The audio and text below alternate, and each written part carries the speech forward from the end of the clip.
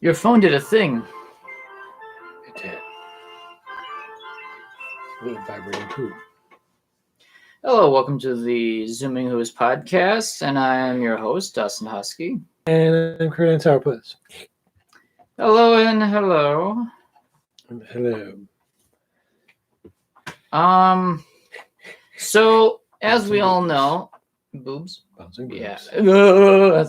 That's just weird. You know what? I'm not doing that again. Man boobs. Yeah.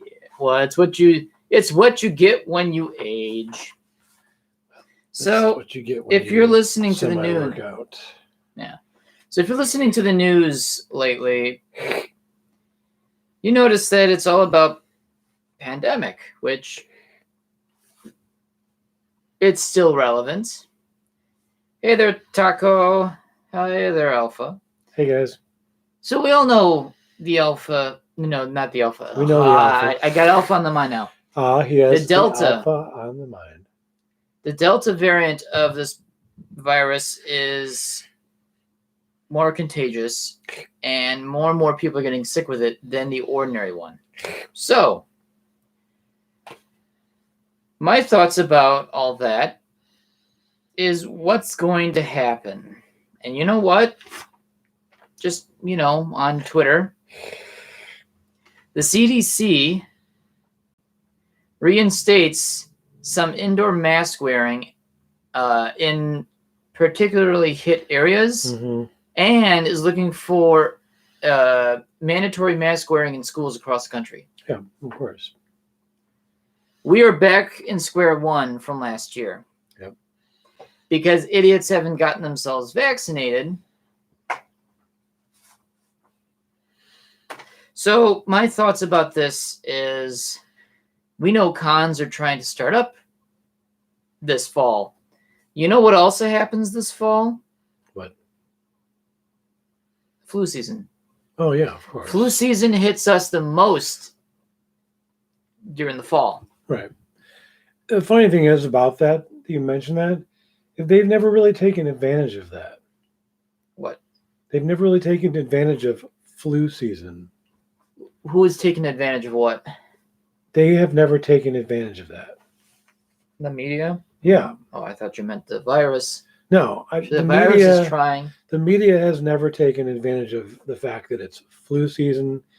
And that would be the time really to get people on high alert, scare them into getting vaccinated. Actually, it's not going to really scare anyone to get vaccinated. Well, it depends on the approach. But my point is, I'm surprised that they haven't taken more advantage of that time of the year. You know what I mean? I sort of get it. But to be honest, last year wasn't... I mean, yes, flu season. However, everyone that got sick was all COVID-19.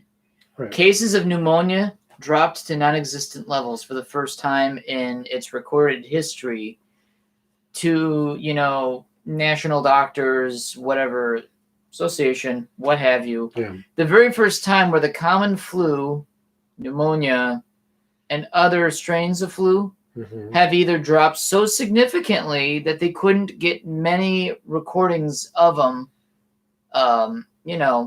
like people normally would get sick and whatnot. Okay.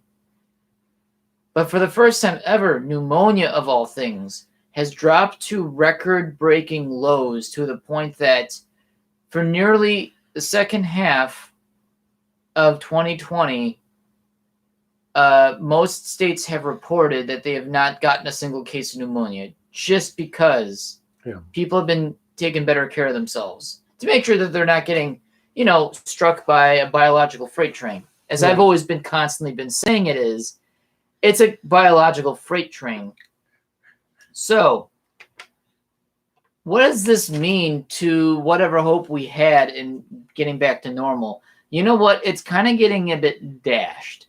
Because we thought, hey, we're at the tail end of this, which I thought we're at the tail end. It's a lot more further, I imagine, than a lot of people think it is. But even my own optimism of it being further away than others, that other end of the tunnel, is optimistic compared to what's going on now.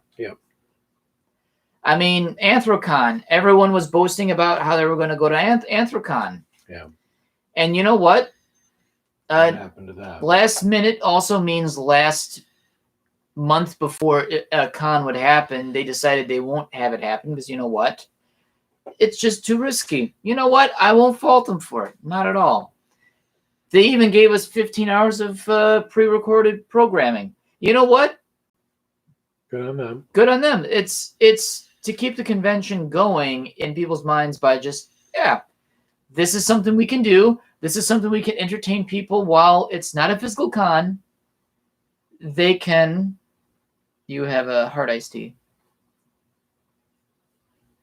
Well, it's not hard, but No, it's just iced tea. So, what's gonna happen to cons like MFF? Because I want to actually go. I'm being optimistic that it will happen. I really would like to, even for just a day. I really don't know. I still plan on going. I'm going to take time off from work to go. But what happens if the con still cancels? It just means a con just gets canceled for the next year. For something like MFF, which is big enough, is able to ride that wave one more time. You know what's one con that I was actually sad to hear that it actually went and I didn't realize it? For Reality is a dead con. And I only went to that 1 year. The second last con I'd been to, actually no, the third, because we went to MFF for a day. So my third last con that I'd been to, that convention has something special, and you know what? No other convention will ever take its place in terms of... Which one, MFF or For Reality? For Reality. Okay. In terms of theming, they had an entire section of directories, or like they have an entire section of staff and directors dedicated to con theme alone. That's how dedicated they were to keeping on to theme. And every single convention year played on with the one before it to set it up for the next year's theme. Right. They planned 4 years ahead. And to think that this con is dead now is just kind of sad, because I've never felt nostalgic over a con like For Reality, and it made me feel like, hey, it reminds me of IFC back when it was small, when it was just a 500-person con. And you know what? For Reality was a 500-person con. And me and Mark and 2 other Wisconsinites were the only people from the land of cheese that attended it. It was just such a small con. It was all mostly locals, but very few outsiders really went to it. Yeah. But those that actually did go, I appreciate it for what it was worth. Right. Cons like Anthrocon and MFF, and even bigger cons now like IFC, First Squared, whatnot, they can handle the rough seas during this turbulent time. Yeah. Yes, okay, let's say MFF does cancel for a second time, because you know what? Will the con staff feel responsible if there is an outbreak at their convention or thereafter? Will they handle the responsibility that it may kill people?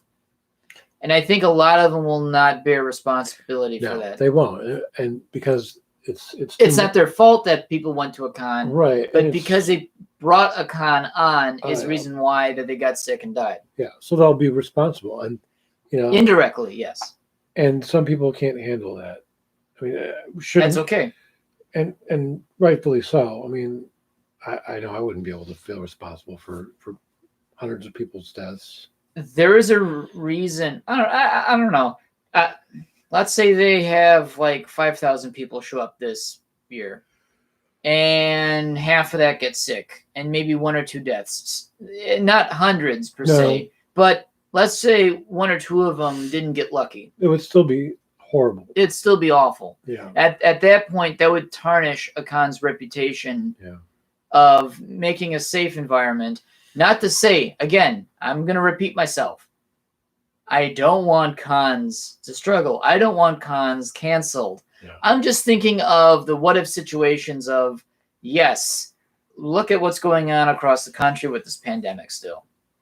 And you know what? The bus lines are thinking about wanting to get rid of masks by September, which, you know what? I'm going to keep wearing a mask.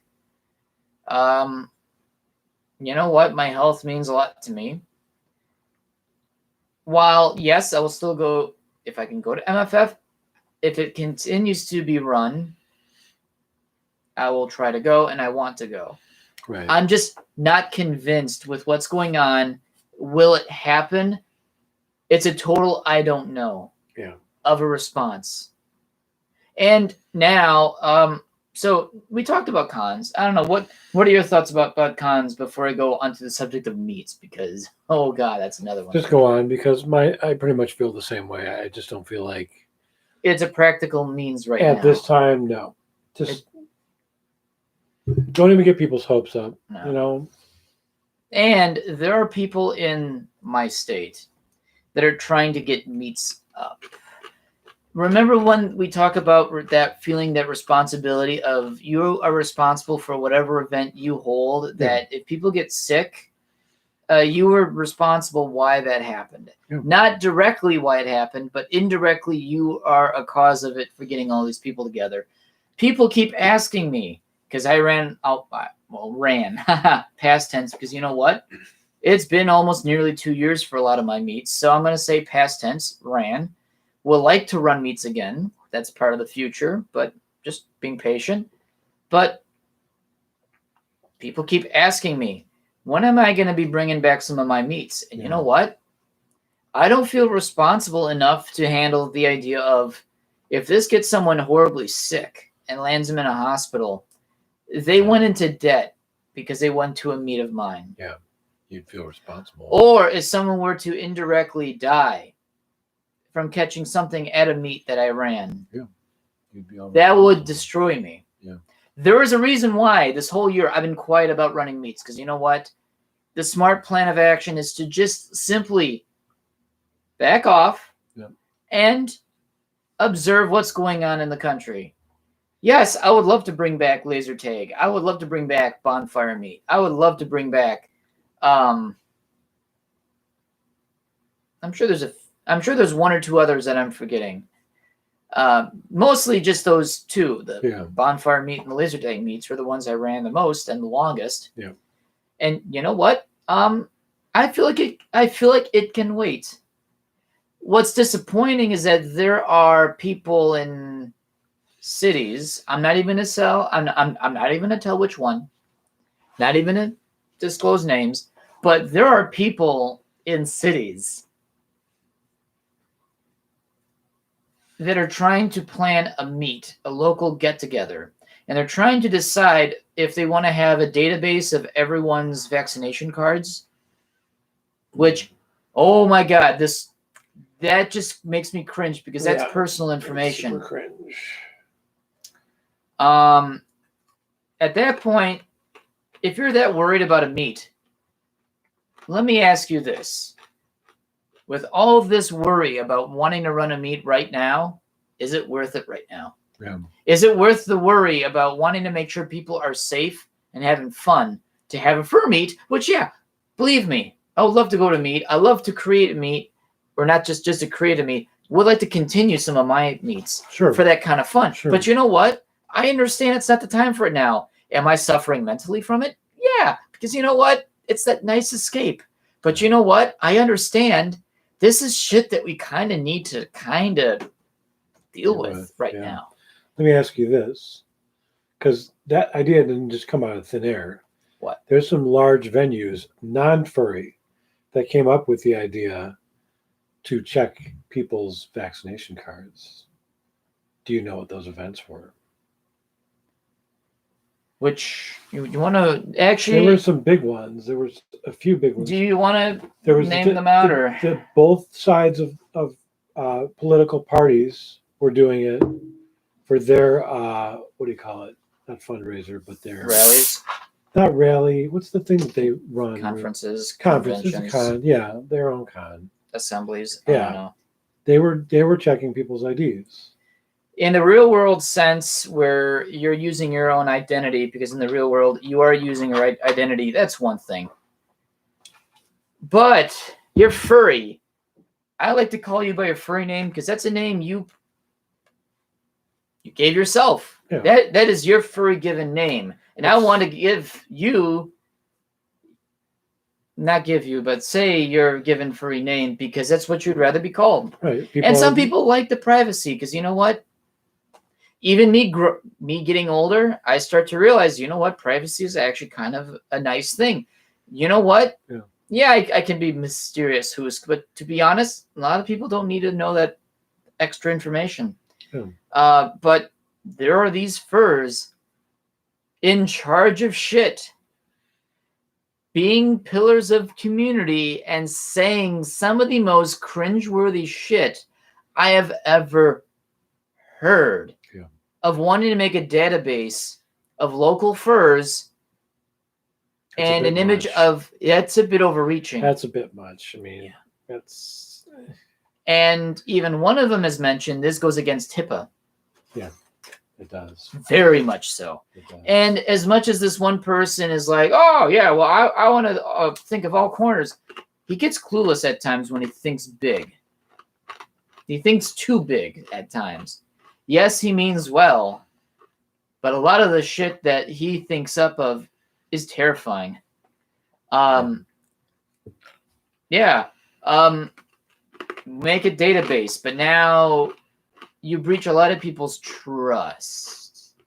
And even if you say, okay, yeah, I will have my card and show it, but I'm going to blank out my name, but I'm going to show you a picture of my face with my card and that, you know what? Okay, but that sounds like too much work. It sounds too much work to make a meat in which you're too worried for people to get sick. Yeah. You're better off not having anything happen at all. I am so sorry. But right now is not a time to run a meet. That's not. Me and other event organizers across the state all agreed to this. Even one, I'm actually quite surprised, is a bowling alley that said they would come back this summer, and they haven't. But you know what? Kudos to them, because you know what? They've understood, yeah, this ain't going away. This ain't going away. There's no point in bringing it back right now because, one, you'd have to limit people to go. You're going to create a struggle within itself of picking who wants to go. That's going to cause a few rifts between people. That's going to twist some nipples. Or some testicles. I don't know. The nipple. Oh, the nipple and the testicle. Testicle. Testicle. Doing that kind of shit would piss people off. Yeah. Why would you go through the aggravation of running a meet and potentially pissing off future attendees? Makes no sense. And the idea of wanting to run a meet right now, even though this past summer it looked potentially good, that things might advance, but you know what? It never materialized. We're still in the thick of this. Yeah. So what do I think about cons? They have a slim chance. I hope that they do get through. I hope that some of them do happen, but be smart about it. But also at the same time, I think eventually common sense will ring a bell amongst all of them to say, this ain't going away, and we are going to be part of the problem that it spreads, why it's not ending. They're contributing to the problem that they're trying to solve. Yeah. It's the same with fur meats. Yes, you want the pandemic to end. You know what I tell you? Do your part. Hang out with friends, but don't do massive state gatherings or national gatherings like cons. The one place where you don't want to be is where there's so many people from different parts of the country that have various levels of bad infection rates. Yeah. That's a bad idea. Yeah, it is. What's the motorcycle group? Hell's Angels? No, bigger. The one brand that everybody is like Harley. Oh, I thought you meant like a gang of motorcycles. No, just meant the actual brand. Harley meets. We're talking to you. That was one of the first large-scale Wisconsin-based events. Early in the year, right? Early, right after the pandemic happened, that they went ahead and went ahead with it anyway. After the state made masks mandate, they said, "Screw it, we're doing it," and nobody has to wear a mask. And what happened? Hundreds died. Hundreds died from that one event. Yes. And do you remember how many people showed up to that event? More than the state of Wisconsin. No, not. The state of Wisconsin is 5.7 million people. No, it was hundreds. It was hundreds of thousands. Okay, so that makes more sense. It was like, I want to say 600,000, 700,000. It was pretty darn big. I could see that, yeah. So a couple hundred people dying from a few 100,000. I want to say like 150 or 140 people died. And it's not worth it. Quite like, I think over 25% got COVID from that, and probably still have it. Or not still have it, but have the side effects, the horrible side effects of it. Well, the way I've been explained, COVID is in all of us, but it's dormant. Much like the flu, much like the flu virus itself, we always carry it. But it doesn't get awoken per se, like when you like when mushrooms grow in your yard. You can't stop them from growing because the fungus is always there. Yeah. But it only grow under the correctly met conditions. Same thing goes for this. Oh. Same thing goes for the flu. I mean, we've never been able to cure the flu. No. The regular plain old flu. That's why I laugh at when people are like, "We don't have the cure yet." Cure for what? It's the flu. We haven't cured the flu yet. No. We can't even cure the common cold, for God's sakes. We can't even cure cancer. Well, we can cure cancer. We can certainly cure cancer, but we cannot cure, like, we can't make the preventative cause of cancer to disappear. It has to happen in order for us to find it. Even AIDS has made great strides. In the last year, yeah. People can take medicine to prevent it from getting it. Well, not just that, but to also suppress it.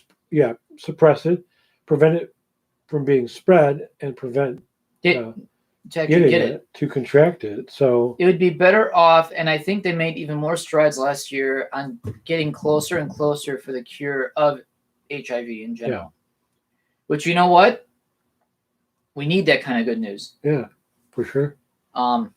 So again, okay, so I don't want to get too much into this topic too much. We already discussed about 20 minutes of it. Yep. But I just thought we'd voice our opinions of what's going on, what's currently going on in the world right now. And he's got a letter. What do you want to talk about next? Well, I just wanted to briefly touch on my job and my work.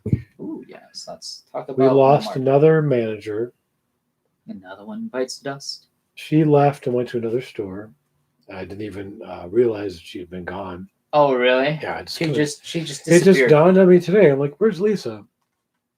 You don't hear about her much because she was cool. She was actually a good person. She was always nice to me. She was always fair. A good person. Didn't really fit in there. So she's gone.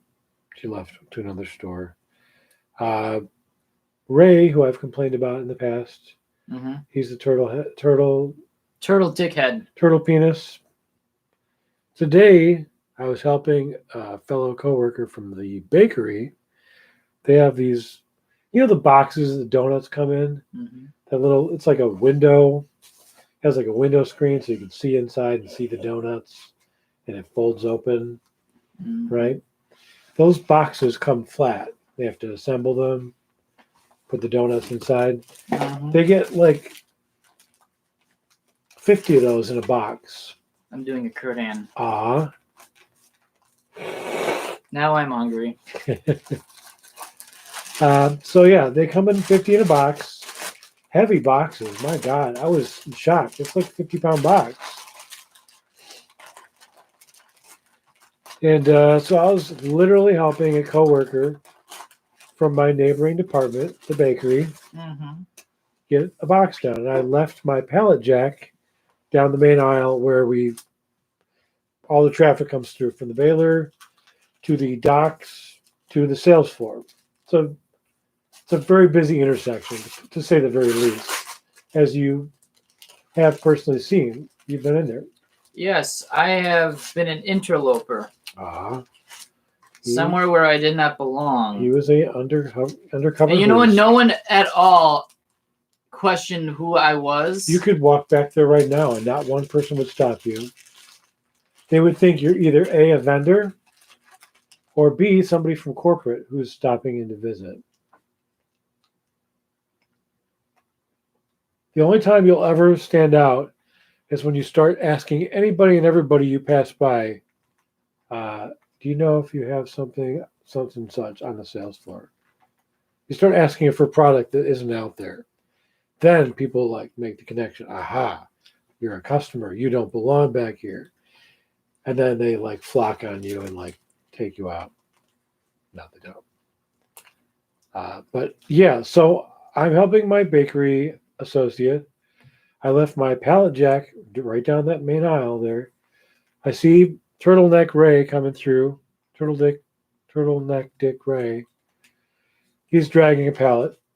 And I was like, oh, sorry, Ray. I was just helping Tina. Let me get that out of the way. Didn't realize I was in your way. Do you know what he said to me? What? Nothing. He didn't say a peep. He didn't even acknowledge I was there. I made a genuine apology. I was just like, hey, sorry, I was in your way. Sorry to wait, 5 extra seconds to get through. Let me pull this out of your way. Have a good day. Again, no response. What a dick. That was the beginning of my day.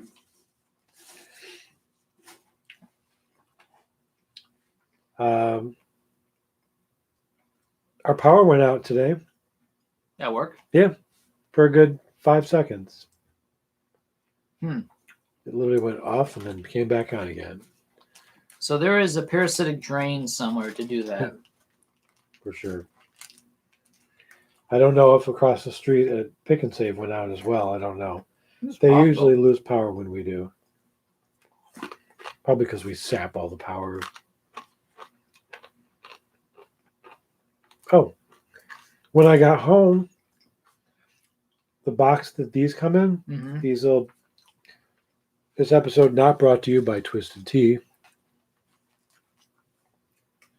I gave myself a cardboard cut. Cardboard paper cut. I hate those. I think it's right there. Didn't bleed. Thankfully, it's already healing up. I'm just kind of surprised. Yeah, I put my finger in the cardboard and I thought I would crack open the top. I forgot that the sides actually pop open because they're glued. So I thought I'll just tear open the top where the handle is. I twisted my finger and paper cut. Oh, uh-oh. Didn't feel good. You get that feeling where it's kind of, hey. I'm sure you guys have experienced paper cuts. Am I right, Alpha? Paper cuts? You know. He knows. Let's see.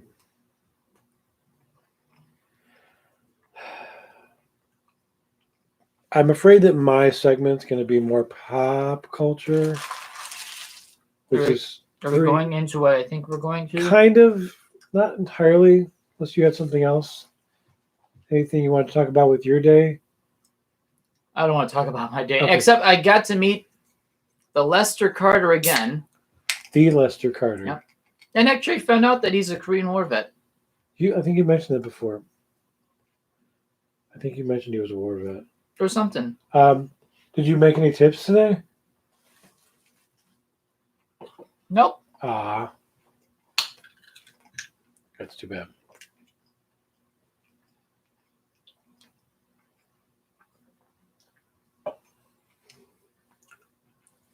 So he has. So let's actually let's go with the Sourpuss pop culture segment. You know what else I've done? I've cut my finger on the opening of a can. The mouth of a can? Yep, where I had my finger in and like twisted it, and then kind of like that. Cut myself on the. I'm an accident waiting to happen. I'm not going to lie. Accidental poos. You break your toes all the time. I am accident prone. I may have to change my Twitter name. I'm sorry, Alpha. Did I change it to his title the last time? What's that? The title that Alpha gave me. I think I did. Where is it? Yeah, Sour Hoosk. I'm still Sour Hoosk right now, but I may end up being accident prone poos. Yep. Because I am very much an accident prone poos. Sour butt pop culture time. There we go. Yep. Thanks for that. Wait, sour butt? I'm a sour butt now? I'm not tasting you. I didn't want you to. Oh my God. So I found out about this like 5 or 6 years ago. I'm sure that many of you probably heard about it as well. And I believe actually today or yesterday, late yesterday, the trailer was released for the new Ghostbusters Afterlife. But you just showed me this, like... Which I just showed you literally like a half hour ago, Yeah. 45 minutes ago. I do not gush about much. No. When it comes to movies. There's a few. I mean, I love Shaun of the Dead. I love what's the big giant monsters that fight? Pacific Rim. Pacific Rim will forever be one of my faves. There's a lot. There's been hundreds of movies between all those other movies that I just. Swiss Army Man, another one. Actually, that one is my favorite. It really. I mean, talk about a sleeper hit. That if anybody has not seen Swiss Army Man, you have got to see it. Harry Potter dude can do everything now. You have got to see it. I don't want to say anything about it. Just see Swiss Army Man if you have not. That was a good movie. Yeah. It was fucking weird. It's fucking weird. But it was beautiful at the same time. I mean, I was in shock. I was confused. I cried. Yeah.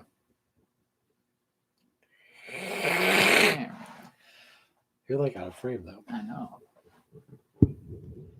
So yeah, Ghostbusters Afterlife coming this Thanksgiving. This movie, I believe, is about 5 or 6 years in the making.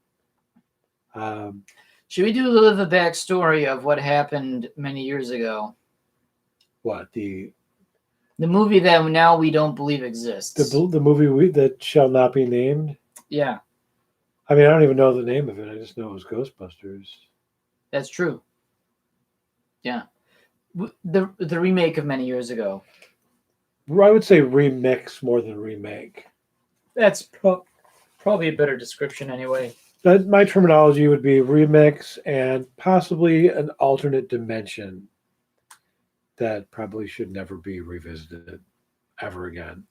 It's a one part of the universe. Kristen Wiig. Yeah. I love her, but her and everybody else should not have been involved in this. Why don't you tell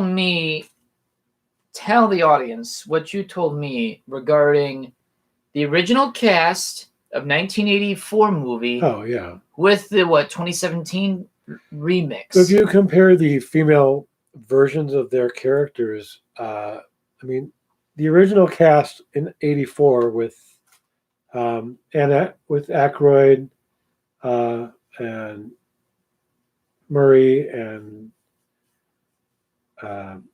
guy that passed away. Egon. The guy that played Egon. I can't think of his name. I can see his name. Anyway. Those characters had very intricate roles that they played. They had a kind of chemistry. A nerdy scientist, a failed professor who was the literal comic relief and sassy pants.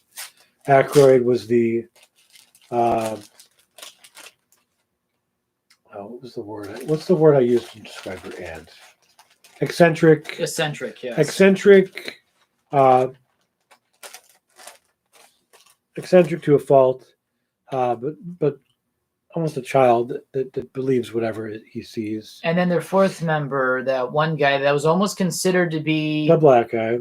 I was gonna just call him the Rock.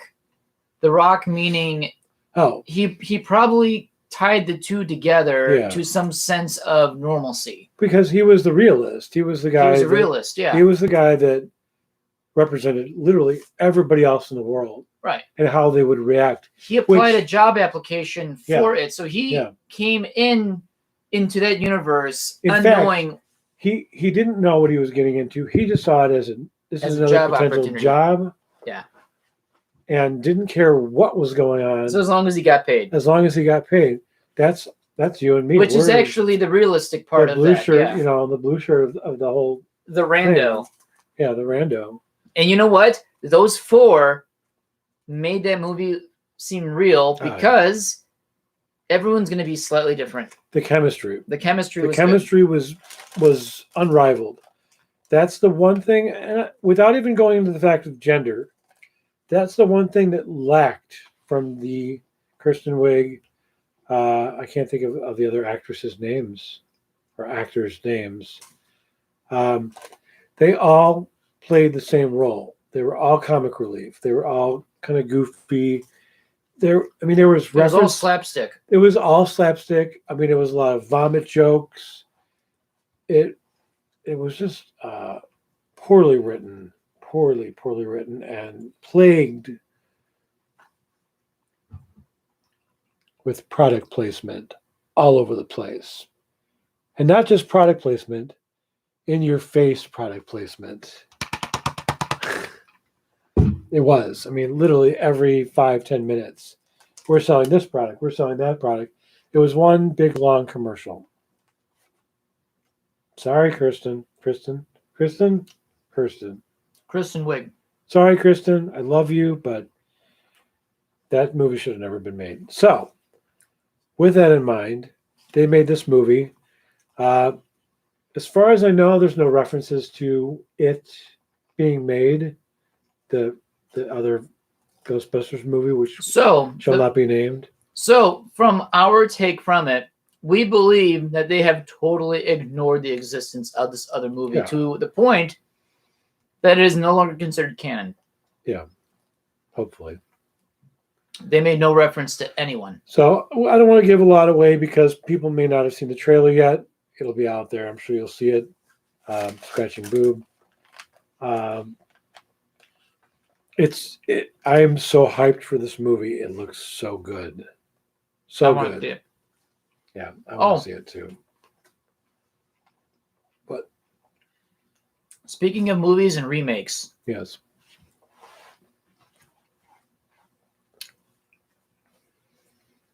Space Jam. Oh. You know what? Optimistic. So one night, Zanny, Dragor, Alkali, Mouse, and a few others watched online a very illegal pirated version that we saw on premiere night. Oh, the new one? Very much product placement. Yeah. It was a throwback movie. Oh. It was a total throwback movie, so not to just the original Space Jam. Frankly, I was lost the entire movie, but because Warner Brothers or whoever made the movie and probably whatnot, Warner Brothers, literally decided to bring out every single nostalgic card it can fly out of its cuffs Yeah. To throw it at people. It was literally oh yeah, I remember that kind of movie. It was literally. So it was a fan service fest. It was a fan service fest of absolute pointlessness. Because I will say this. So it was unfocused. Wholly unfocused. It was a robot's vomit. It's a depiction of what unrestrained capitalism is. Yeah. We all were literally bored out of our minds, and then we realized there was still an hour to go of this movie, and nothing was going on. Yeah. It was a literally dry, nothing movie. Yeah. Nothing against the people in it. It was just a not good movie. It was really bad. This movie cannot touch MJ. And you know what? I'm so glad. It shouldn't. I mean, it shouldn't. I am so glad there was never a cameo of MJ, because you know why? He wouldn't have done it, I'm sure. I think even MJ knew.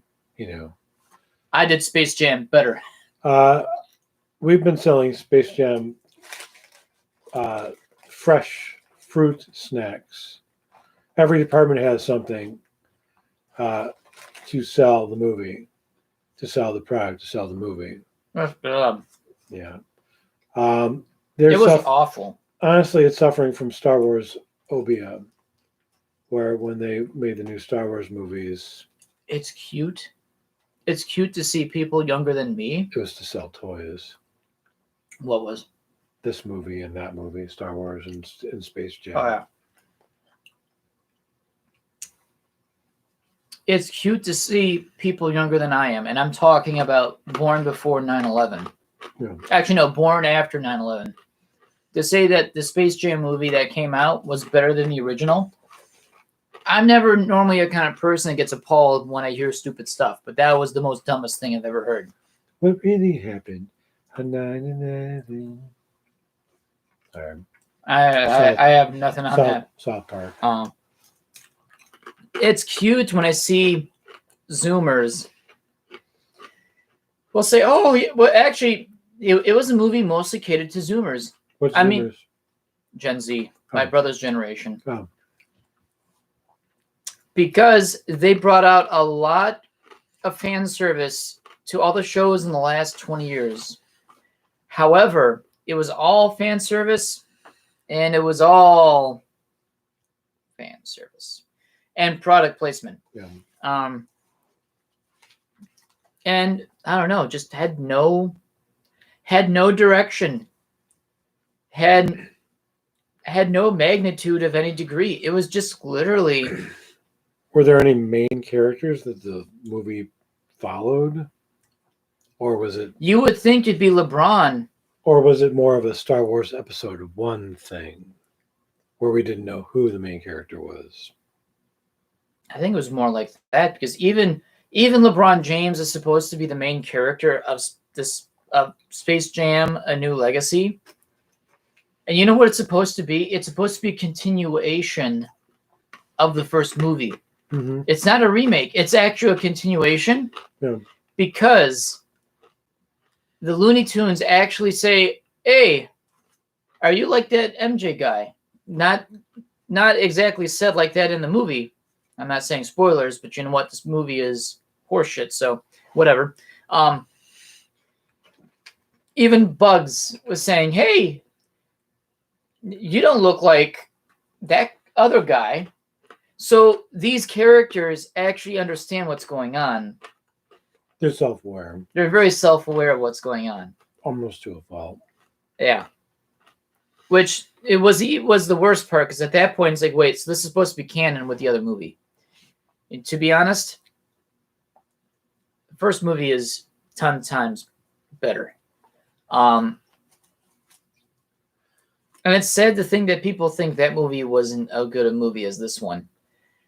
Immediately, there was already a plot.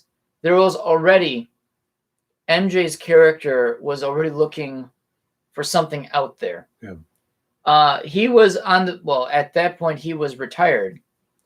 He was playing golf. Yeah. Might be going into baseball at that time as well. So he was searching for himself anyway.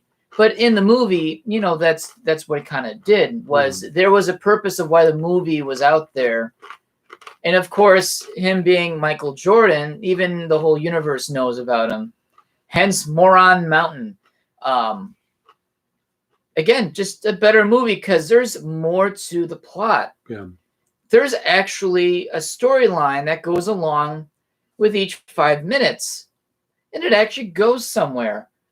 An hour went by, and I had no idea what was going on. And I watched it from beginning to end. And by the end of that movie, I was totally not convinced that this was any high-quality movie to any degree. And I'm not a movie critic. I just find it totally confusing. I'm pretty sure I even noticed, and I want to move on, in a preview that the characters themselves, the animated characters, noticed that they were in higher quality CG. Wow.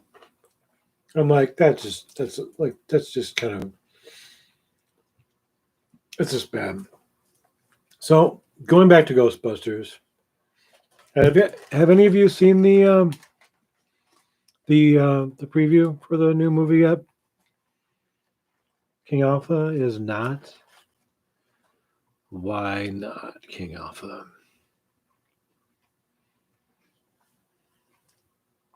So here's my reasoning behind this. It's such a good idea to do this now. Number one, to help us forget about the travesty that happened years past. Number two, Gen Zers, me. No, you're Gen X. Sorry. You're not Zoomer. Gen Xers, me, are still very much in power because of just the age group that I'm in. A lot of the people my age are managers. They've moved up the ladder of their wherever they're working, so they're in charge. To lowly say peasant Hoosk. No, because I'm a lowly peasant too. No. But we still are relevant, and we are helping the younger audiences realize and understand what good movies are. Because I'm not saying all movies these days are not, because 3 or 4 of the movies that I named have all been released within the last 7 to 8 years, very much in this decade. So I'm definitely not saying that movies in this generation are trash. There are good ones. A lot of good ones. But there's also a lot of crap. But the same can be said of my generation as well. I mean, Trolls 2, for God's sakes. God, what an embarrassment. And that came out in the 80s. Again, my generation, Trolls 2. Oh my God. That one clip, that kid. We're like, they're eating her. And the kid's supposed to react to the trolls eating somebody, and he just says, "Oh my God!" In that exact that's awful emotionless reaction.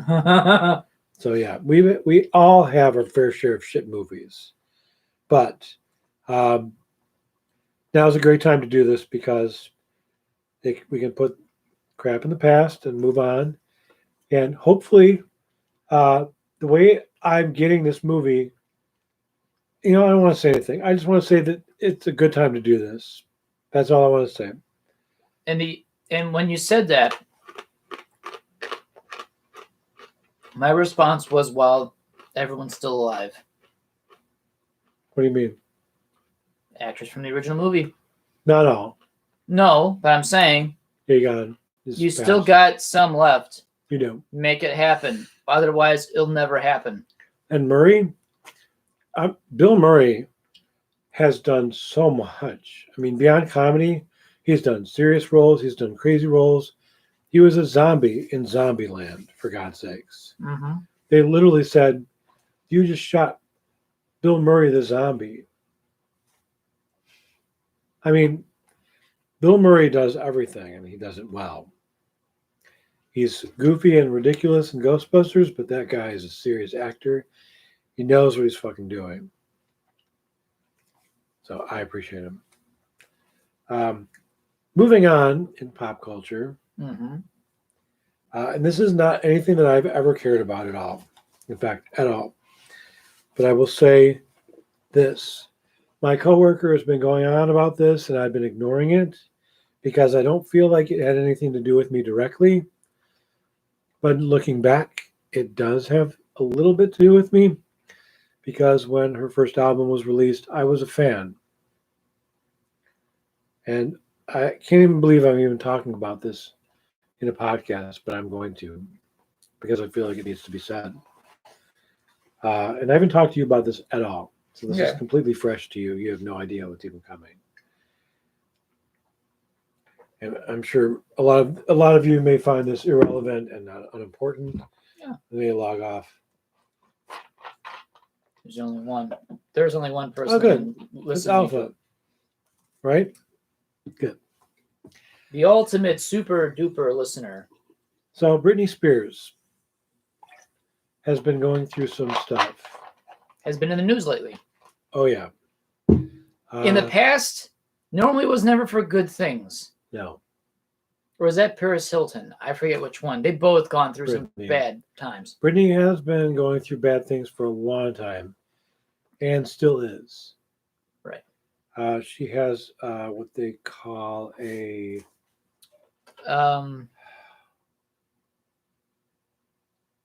proprietor or no. No. I have to get the term right. I'm sorry. A governor of her state. No. Hit me, baby, one more time. Yeah, Alpha's got it.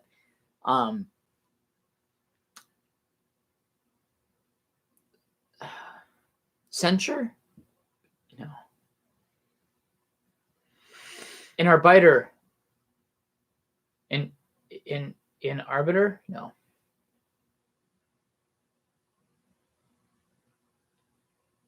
Whatever. Okay, I've totally exhausted the idea, and that just kind of conservatorship of her estate. Yes, and that person is her father, but not just. Oh, it's not just. No, it's more people. Yeah, her entire family. I thought it was just him. No. Holy shit! I didn't realize it was just. I for once thought it was only her father. I can't even believe I'm talking about this, but. No. This is actually good. I'm gagged because of this. And I'm using a drag term. I am gagged. Her sister, this whole time, has been sitting by and saying, I'm not a part of this.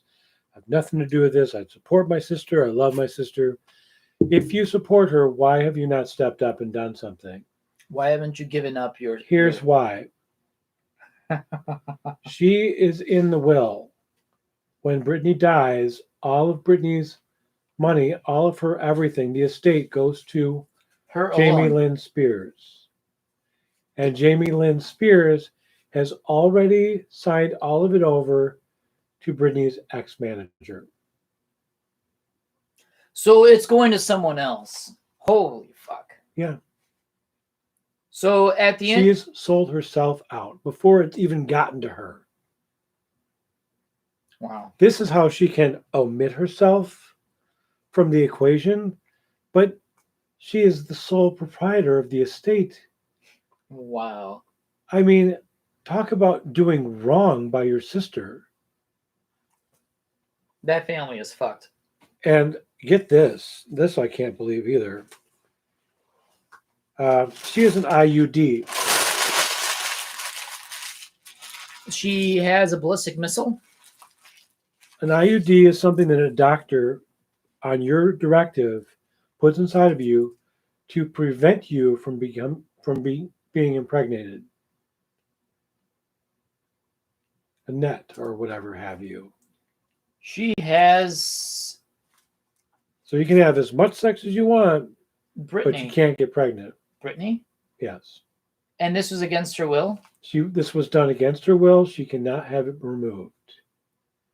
And who the hell signed that? Her dad. I see why. Mm-hmm. Because if she has kids, the will would go to her kids instead. Yes. Holy cow, this family is fucking selfish. Yeah. Holy shit. It took me is- a while for the gears up here to She's spin. literally a cash cow that they have got stuck in a stall and just waiting for her to die. Not massaging her udders, just letting them grow. Yep. Big, giant udders of the Britney Spears variety. Yeah. Fucked up. I feel bad for Britney too. That is fucked up. And this is why, I'm even talking about this. I was working at Blockbuster Video when her first album was released, her self-titled album, not Hit Me Baby One More Time. Oops, I Did It Again. That one. It played on the trailer every hour on the hour. It was popular. It was hugely popular. I remember tuning it on. I made out with someone that I met at my store. He was an exchange student from Germany, and we made out in his rented apartment. And there was the entire album, Britney. What year was this? God, 89. No, I'm sorry, 99. I was gonna say, she's been around that long. No, 99, 99. 99, 98, 99. 99 is, oh, well. You know what's another hit in 99 that got big? What? Again? Prince's 1999. Well, yeah, but that wasn't out in 99. It was 84. Oops, I did it again. Come on. Okay, sorry, 2000. So right at the beginning of 2000. Really? Yeah. I thought it was a 90s song. I thought it was too. I think the official release, but we were playing it in our stores before. Because I bought the album the week it came out and sat there and made out with my German boyfriend in his living room. Oh, yeah. You like the Britney Spears? I like the Britney Spears. He was cute. You want to make mouth sex? So, I have been a fan. I shall kiss you. Pew, pew, pew. I have been a fan. Pew, pew, pew. You haven't even been drinking. Drink something. My God. I have been a fan of hers since the beginning, since she released her first album. She made some good music. I wasn't really a fan. I never really watched any of the Nick shows that she was in, but I definitely followed her music career and always thought she was fantastic. She was a phenomenal performer. She was pretty. She was gorgeous. I mean, she still is, but back then, holy moly, yeah. I wrote her a letter about the date that I was on. Hey, I just want to let you know, I made out with my German boyfriend to your album. It was the best thing ever to happen. Thank you so much. And then she would write back to you and say, "Bitch, please, you didn't invite me? I wanted to have some of that Haagen-Dazs." This is bullshit. Why did you not invite me? Oh, Hans, where are you? I need to cry into your nipple chest. Anyway, so yeah, that's going on. Yes, and you know what? She's gotten far. So she's speaking out now in court. This has gone to court now. Her entire family has betrayed her, basically. And these people need to burn in hell. Yeah. They need to burn in hell for this. For many years, I thought Britney Spears needed to burn in hell because the way how she was acting all loopy. Now I take that back. Now I feel totally guilty about thinking the way how she felt, what she's did, because you know what? It makes sense. That's someone in distress. Yeah. Trying to call out for help. Yeah. And the rest of the world laughed at her because we didn't know what was going on. Yeah. I feel bad because it's like, whoa, we made Britney Spears jokes growing up. Yeah. And now it's like, well, shit, actually, this was kind of uncalled for. Now we know what the scope and the depth of what's going on. I mean, she's been through it. She's been through it. She's been through a ringer that not many people get to go through because it's involving an estate of what, $20 million? More than that? More than that. I don't even know. And she's not allowed to touch a single cent. Yeah. But her family can. So they're living, and her albums, she still makes money off that online. Whether on CD copy or on digital files, she's making money off her music. She still is. How much did you think her estate was worth? I said 20 million just to kind of times that by 3. 60 million. Yes. Wow. That's impressive. Divide that between 5 people or so, still a lot of money. Divide that by 5 with 60 and you get 12 million each. Wait, 12 million? Yeah, it's about 12 million each. That's still a pretty big chunk of change. You could retire and exist on that. I don't think I'll ever see that much money in my life. I think if you're working minimum wage, you might be able to make $1.5 million in your life. Every single penny you ever earned. In your life. And you don't even get to use any of, not all of it, but most of it ends up going back to the government.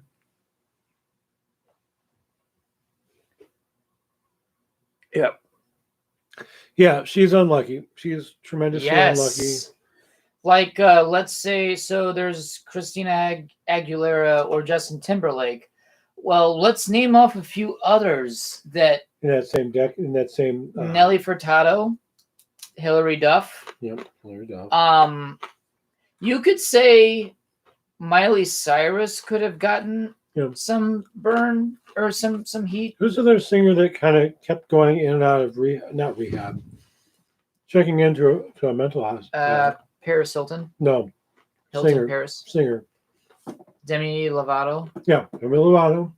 She's gone through some stuff too. She has. She also dated Justin Bieber, which mistake.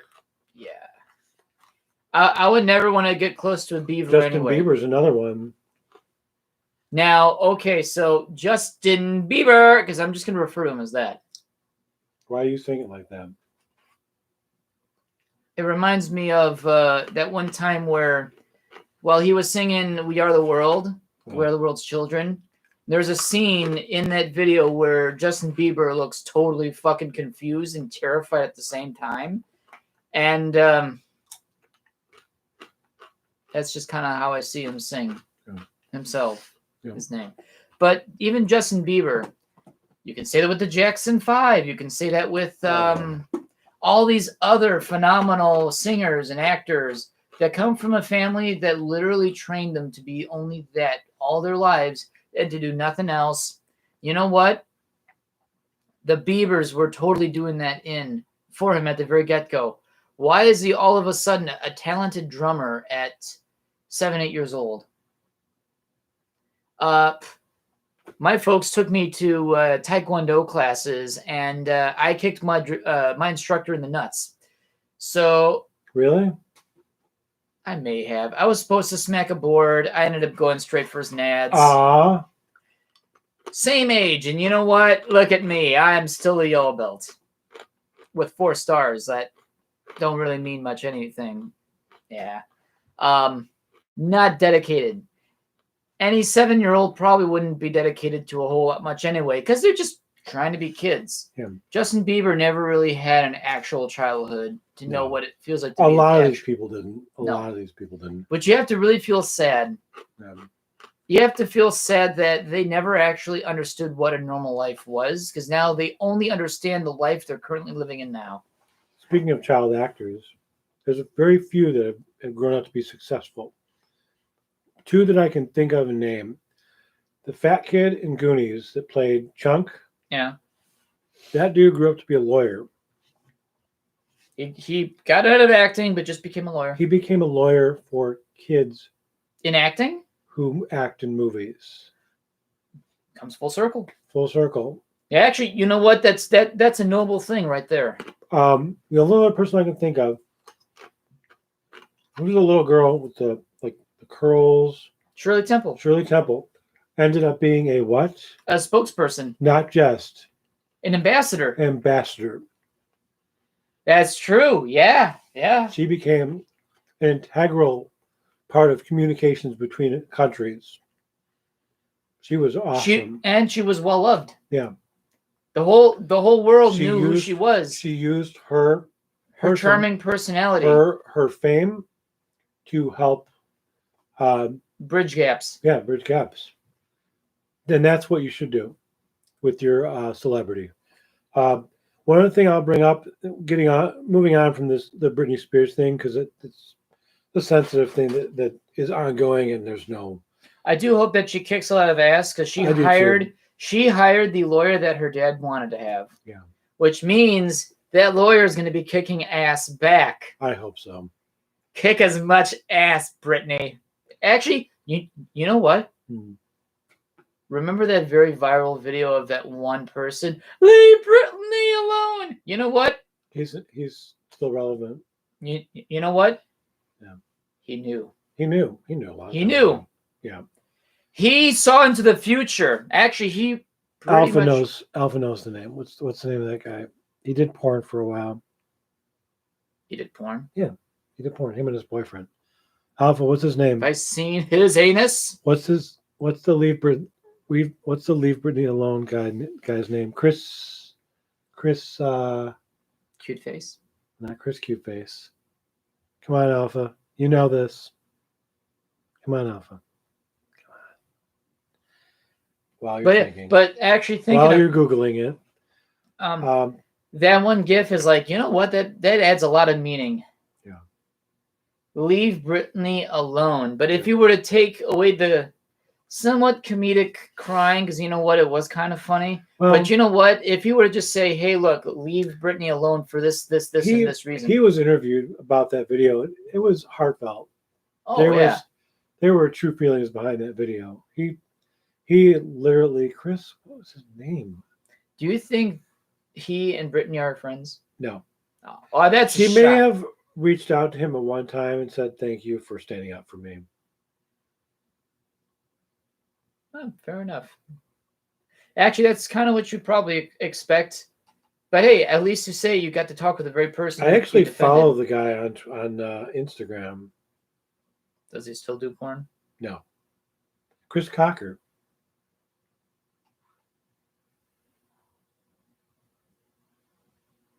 American songwriter. Yeah. Yeah, he's still very relevant. He's gained a little bit of weight, but he's a fantastic guy. He's a good personality. Alpha, you disappoint me. No. His name is Chris Cocker. Did I say Chris something? It's actually Chris Crocker. Did I say Chris something? Yeah, you said. I knew it was Chris something. I just couldn't remember his name. It's okay, Alpha. We still love you. We still love you. Andrew Garfield. We watched the video.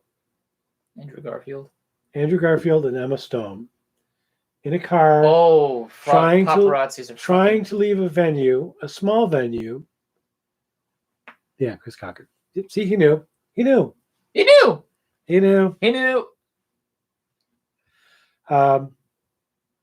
Andrew Garfield and Emma Stone trying to leave a small venue, not like a big signing or anything.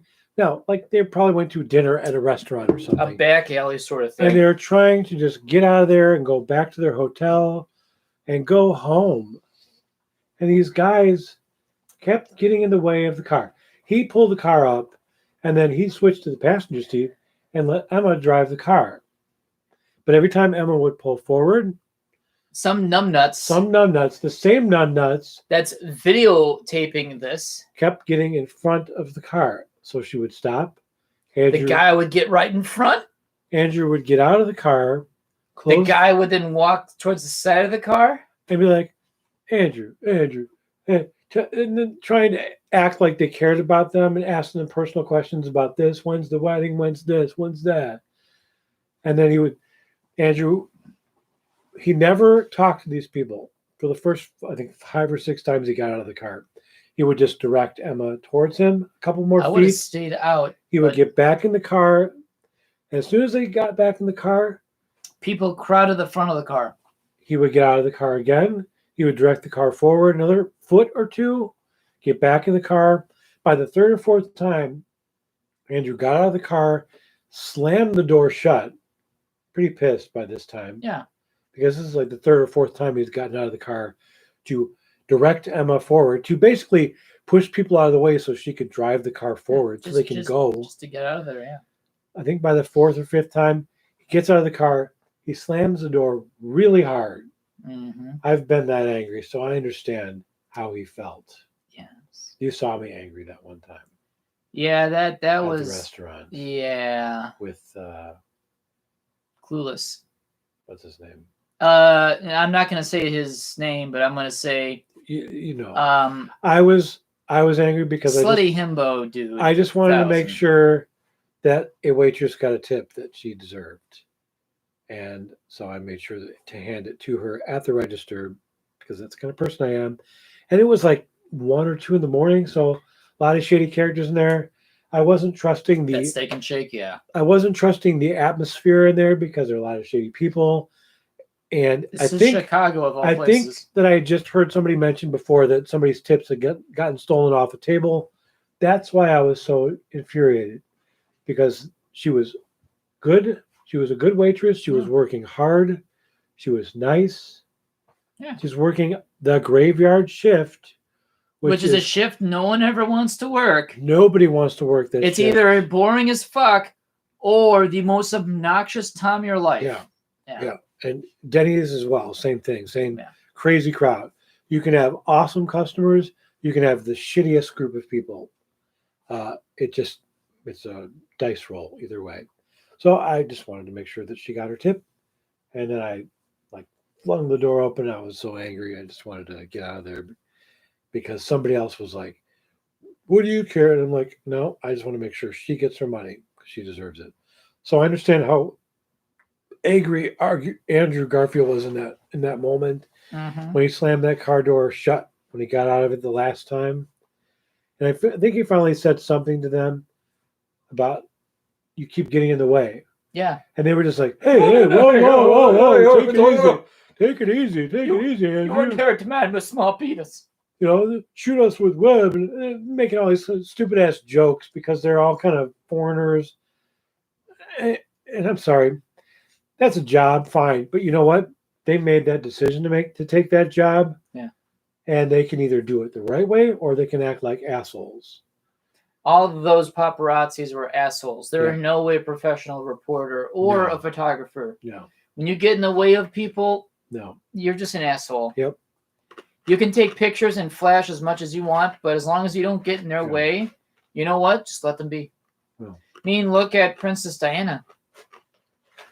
Yeah. She drove away in a hurry, and we lost her. She got killed in a car accident kind of indirectly with that, but she was traveling fast. Her chauffeur was driving too fast. Yeah, we lost her. And some guy in a white Uno just decided to kind of, I don't know, the mystery continues because it was in a tunnel. But the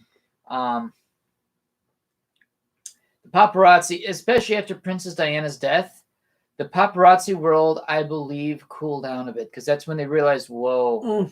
Actually, maybe for a little bit, but it started back up. Somebody else has been in the tabloids recently, I guess. I don't know any intricacies. I'm going to have to look him up later so I can talk a little bit more about him. He stayed out of the tabloids for decades. Mm-hmm. And now he's back in it because of crazy shit going on. Johnny Depp, yep. I don't know what's going on. All I know is what I know about him personally from when I met him. I know him personally. He has my phone number. I have his phone number. That's a lie. I wish I did have his phone number, though. I was wanting to prank call him to actually tell what him. What isn't a lie is I did get to meet him. That is the truth. I worked with him. I got a nod of approval.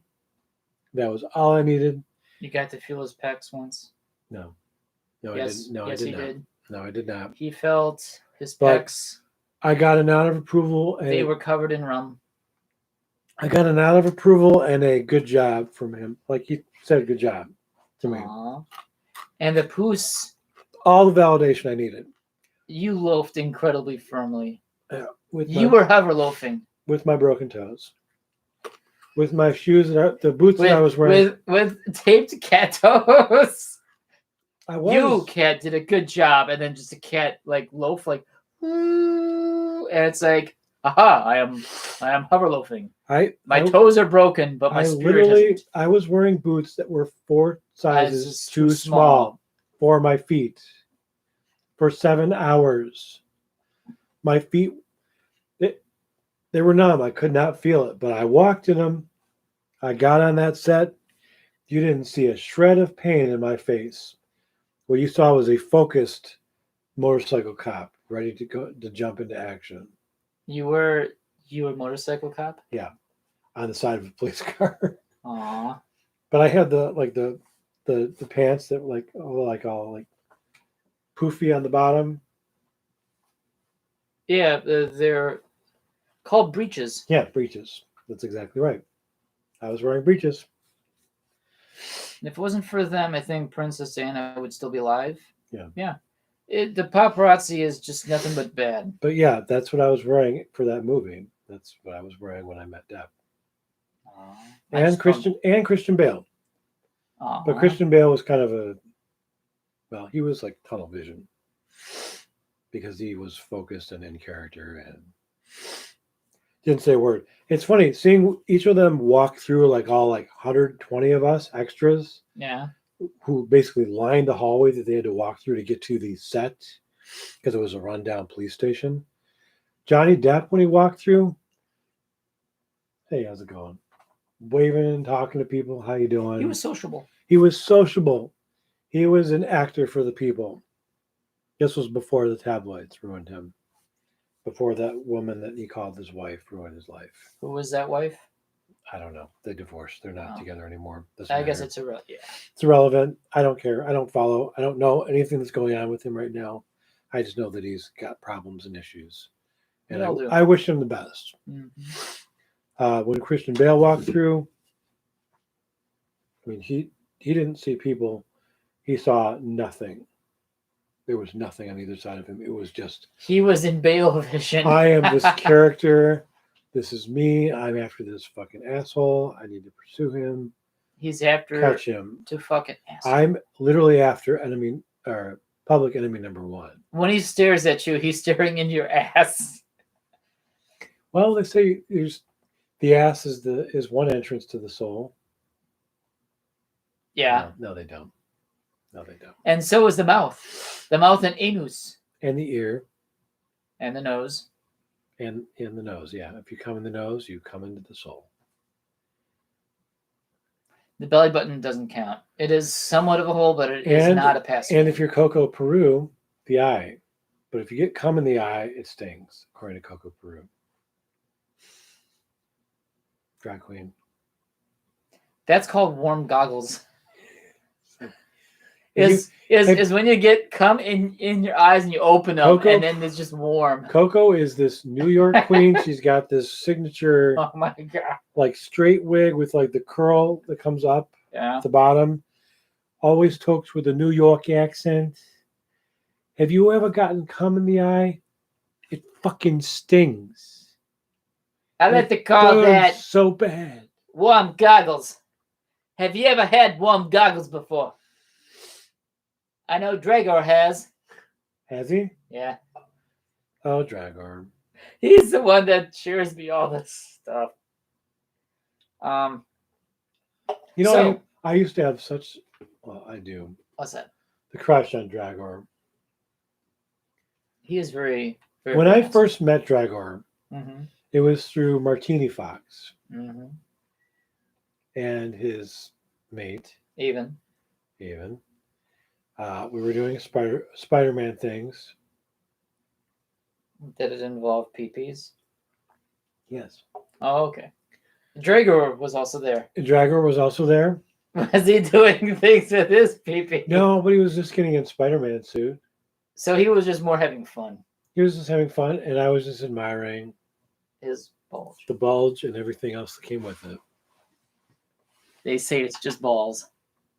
They say it's all balls.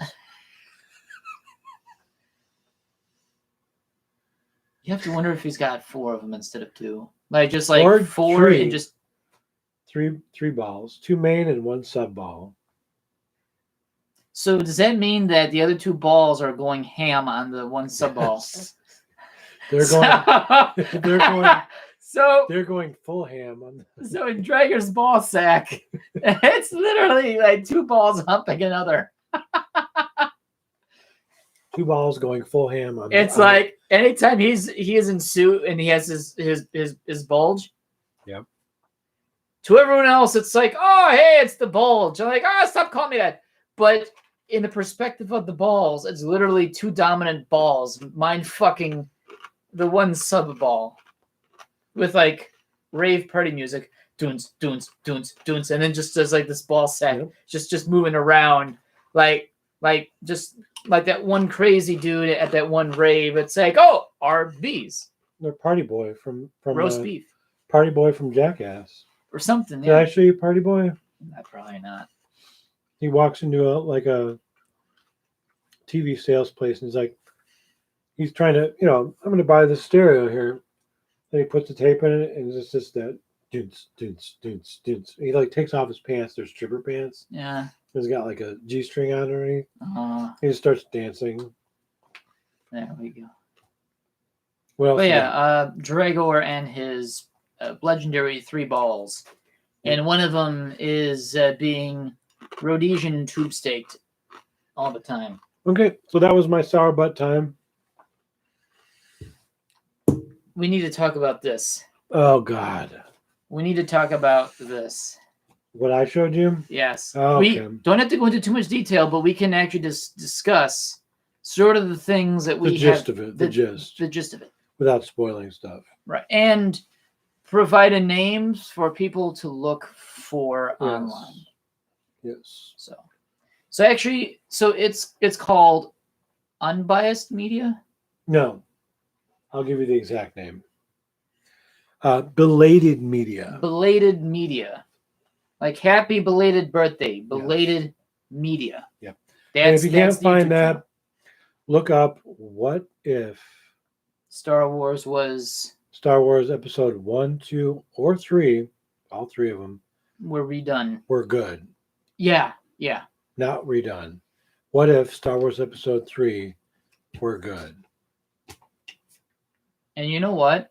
It made me depressed at the very end of it that it was too perfect. Like, too perfect to the point that this should have been it. And not really a spoiler alert, but Jar Jar Binks is not in there. Nope. But there is a character that I think would have been a beautiful addition because it would make so much more sense. Yeah. Owen Lars, which then would tie into the 4th episode. Yep. You know what? That's just one of those big mysteries of Star Wars. Of you have what should be a very important character in Episode 4. Yeah.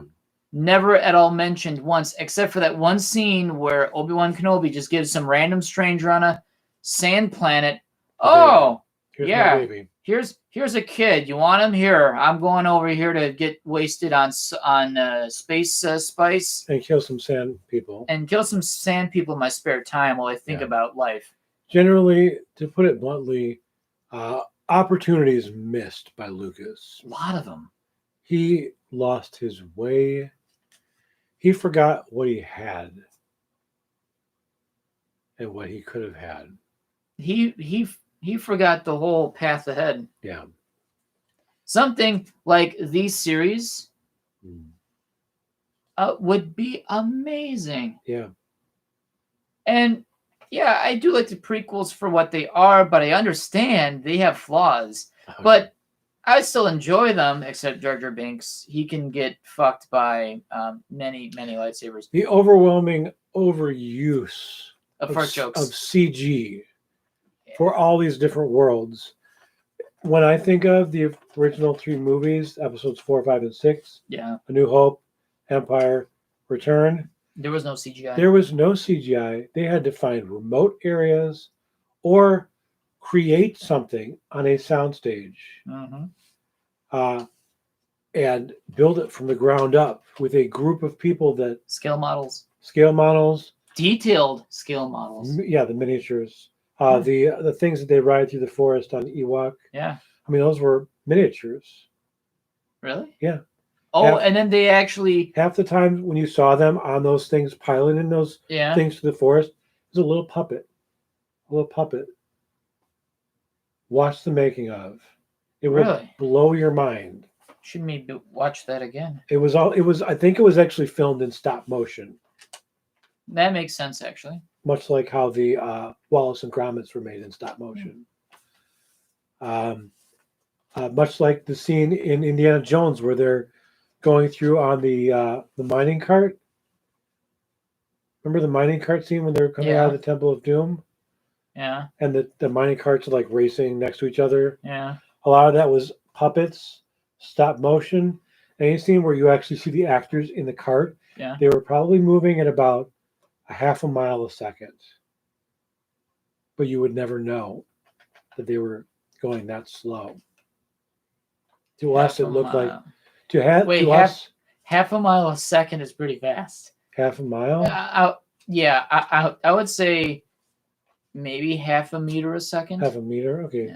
Because a mile, holy cow, that's like a good portion of Cleveland Avenue. Half a mile. Oh, you're right. You're right. No, you're right. I'm sorry. That'd be zoomies. Less than a mile a second. Sorry, just physics nerd. Just using meters per second. You're fine. I'm just trying to think of the slowest pace possible. It'd be like somebody pushing a cart through this room, and it would take them probably 10 seconds to get from that end of the room to here. That's how slow they were moving the cart. Right. So then just to catch the actors. So just going back to the way how they did those movies in their raw form was practical effect. Practical effect with models that were heavily detailed. Yes. That no matter how close you got, you can't say if it was a scale model or a full size. Right. It wasn't CG. It wasn't. Right. They didn't cop out. That was the whole pride and joy of that whole original 4 movies, was that everything looked so real as if it could be practical, because practical effects. It's like with Mad Max. Yeah. Or Lord of the Rings, even. Lord of the Rings. They went to Ireland and filmed on location. They went to Ireland. They went to New Zealand. Yeah. Sorry, most of it was in New Zealand, actually. You're right. Mad Max. Yeah. You know what? They had a very small budget. Yeah. Such a small budget. There wasn't really that many actors in that movie in period. And they only bought enough vehicles. Yeah. So much so that one scene where that one Monaco Interceptor in the beginning of the movie that destroys that small blue van, that scene was actually somehow filmed last. The small blue van was the original camera vehicle of all the whole movie. Really? And they decided to destroy it because they ran out of cars to destroy. So they wanted to use something to destroy. Are you talking the original Mad Max film? Yes. With well, it's all Mel Gibson. The new Mad Max was not with Mel Gibson. No, but that one was pretty good. That was with Jude Law. Yeah. Still very good movie. The original Mad Max movies. And which I'm a total fan of Mad Max. Which the first Mad Max was actually called what? Fury Road. Yep. The Road Warrior. That's right. Yeah. Didn't even mention Mad Max. It wasn't until later. It was just the Road Warrior. The character was called Mad Max. Right. But the film was The Road Warrior. Max Rakitansky. That is a very Polish name if it ever existed. Rakitansky. Trying to think of this Tina Turner song. Oh, God. We don't need another hero. All we want is like the others, the Thunderdome. You remember that? I remember that. We don't need another hero. So this series, this YouTube series, goes into full-on detail. So the very first episode before the what if episode. The what if episode does not have any scene like a scene storyboard-esque type of thing. Yeah. That's not till the second and third episode. I think he may use a few stills here and there, but a lot of it with Jar Jar Binks blotted out just for full just effect. Literally the circle with the X through it's it. like no smoking, but there is no smoking and no Jar Jars on this flight at all. That's right. And to be honest, Jar Jar was. I'm okay with that. That's a character that did not need to exist. He was unnecessary. Yep. Superfluous. And you know what? To replace Jar Jar, the most useless character of the whole prequel, to then replace it with Owen Lars and what could have been the follow-up to why he ended up taking one of the kids on Tatooine, which I'm going to spoil just one bit. Yeah. The poor man had to go back to Tatooine, a planet that he also hated. Not just hated, swore that he would never go back. Exactly. And to think that it's a bittersweet moment that he has an utmost duty to raise one of his friend's kids. Yep. He made the biggest sacrifice. To then go back to a planet he never wanted to return again. Yeah. To do the one thing is to raise this one kid normal. Which actually he was very successful with doing.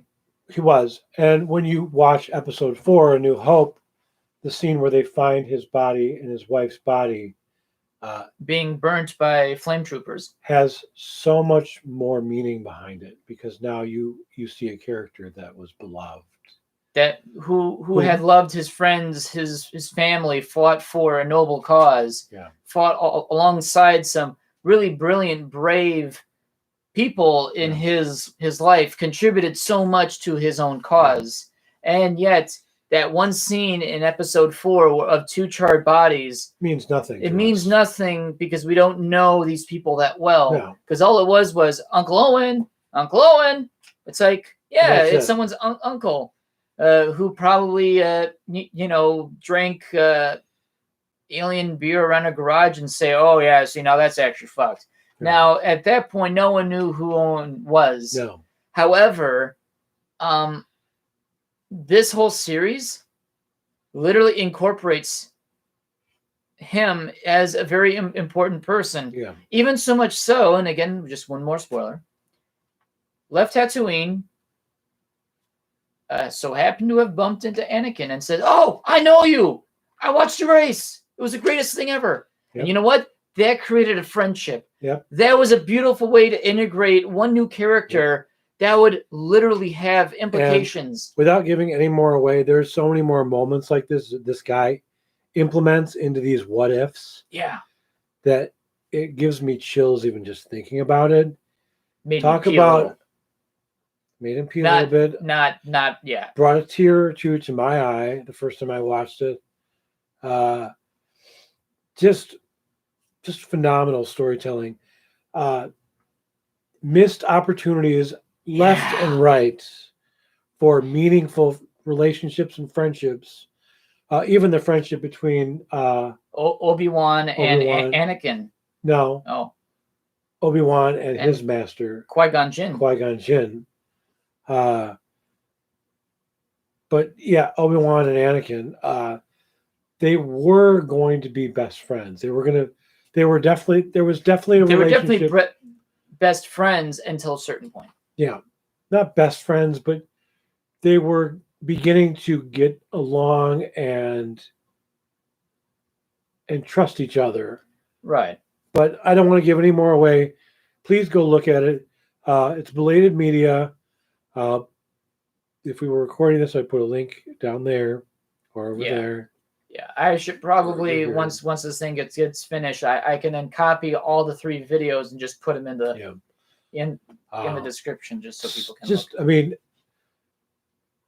what a great way to retell and appreciate the first 3 movies as they should have been, really. And it only makes you more depressed that this is the best way that these movies could have been done, and it doesn't exist. But it is so beautiful that it just works. Yeah. And it's sad that it will never come to fruition unless someone has enough balls and enough money to recreate and redo. Yes. Somewhat like Ghostbusters. Yeah. And if you have any morbid curiosity, there's also footage of George Lucas doing his storyboarding. We should include that link as well. I'll have to find it again if it even still exists out there. It should still. I should say rapid fire storyboarding. Episode 1, and he has an entire group of people behind him who are just basically saying, yes, George Lucas, this is a great idea. Whatever you say, this is a wonderful idea. Jar Jar is good, and this and that, and he's just circling, and we'll cut this out. This must have been done in like '97 or something like that. Way before it was even like put into finished movie product or right. something. This is just storyboarding, and there were some good storyboards, or like the way how the storyboard, the original storyboard was done. Yeah. Then watching George Lucas with a red Sharpie, literally crossing things out, and a black Sharpie scribbling on another. Yeah. And then and then we're gonna do this, and then we're gonna do that. Yeah. And then all of these people that did the storyboard together, that worked on what was probably going to be a high quality product, half of them were yes men. Yeah. Half of them knew, yes, I do want to suck George Lucas's shriveled dick. And then the other half only said yes just to keep their jobs. Yeah. Because they figured this may be the only chance they can get paid good. Yeah. Speaking of storyboards, when you get to the What If episode 2 and 3, this guy either has a friend or he commissioned someone. I'm not sure which. I know he knows somebody, and I believe he paid them to make their own do up these mock-up storyboards that are phenomenal. You commented numerous times on how much you like the artwork. It was really good. Yeah. It was even for just being simple, basic outline art, line art. It actually shows emotions of the characters very well. Oh, yeah. The reactions of the Emperor, the reactions of Yoda. Just great stuff. Fun to watch, fun to hypothesize about. And and again, dream, what if they really were? I hope that he can only redo the first video with new storyboards. It can be this. Actually, no, just get rid of the visual. Yeah. Keep the audio as like a background, and just have. I think that'd be pretty cool if you were to update it even someday. Beyond that, just cut in the occasional storyboard here and there, or that too. Splice in. That'd be pretty cool. Pivotal moments. This moment and that moment and that moment. Now I'm turning into George Lucas. This and that. And now, and that. Speaking of George Lucas, now we thought of this yesterday. Of what would he think if we were to say, "Hey, why don't you sit down?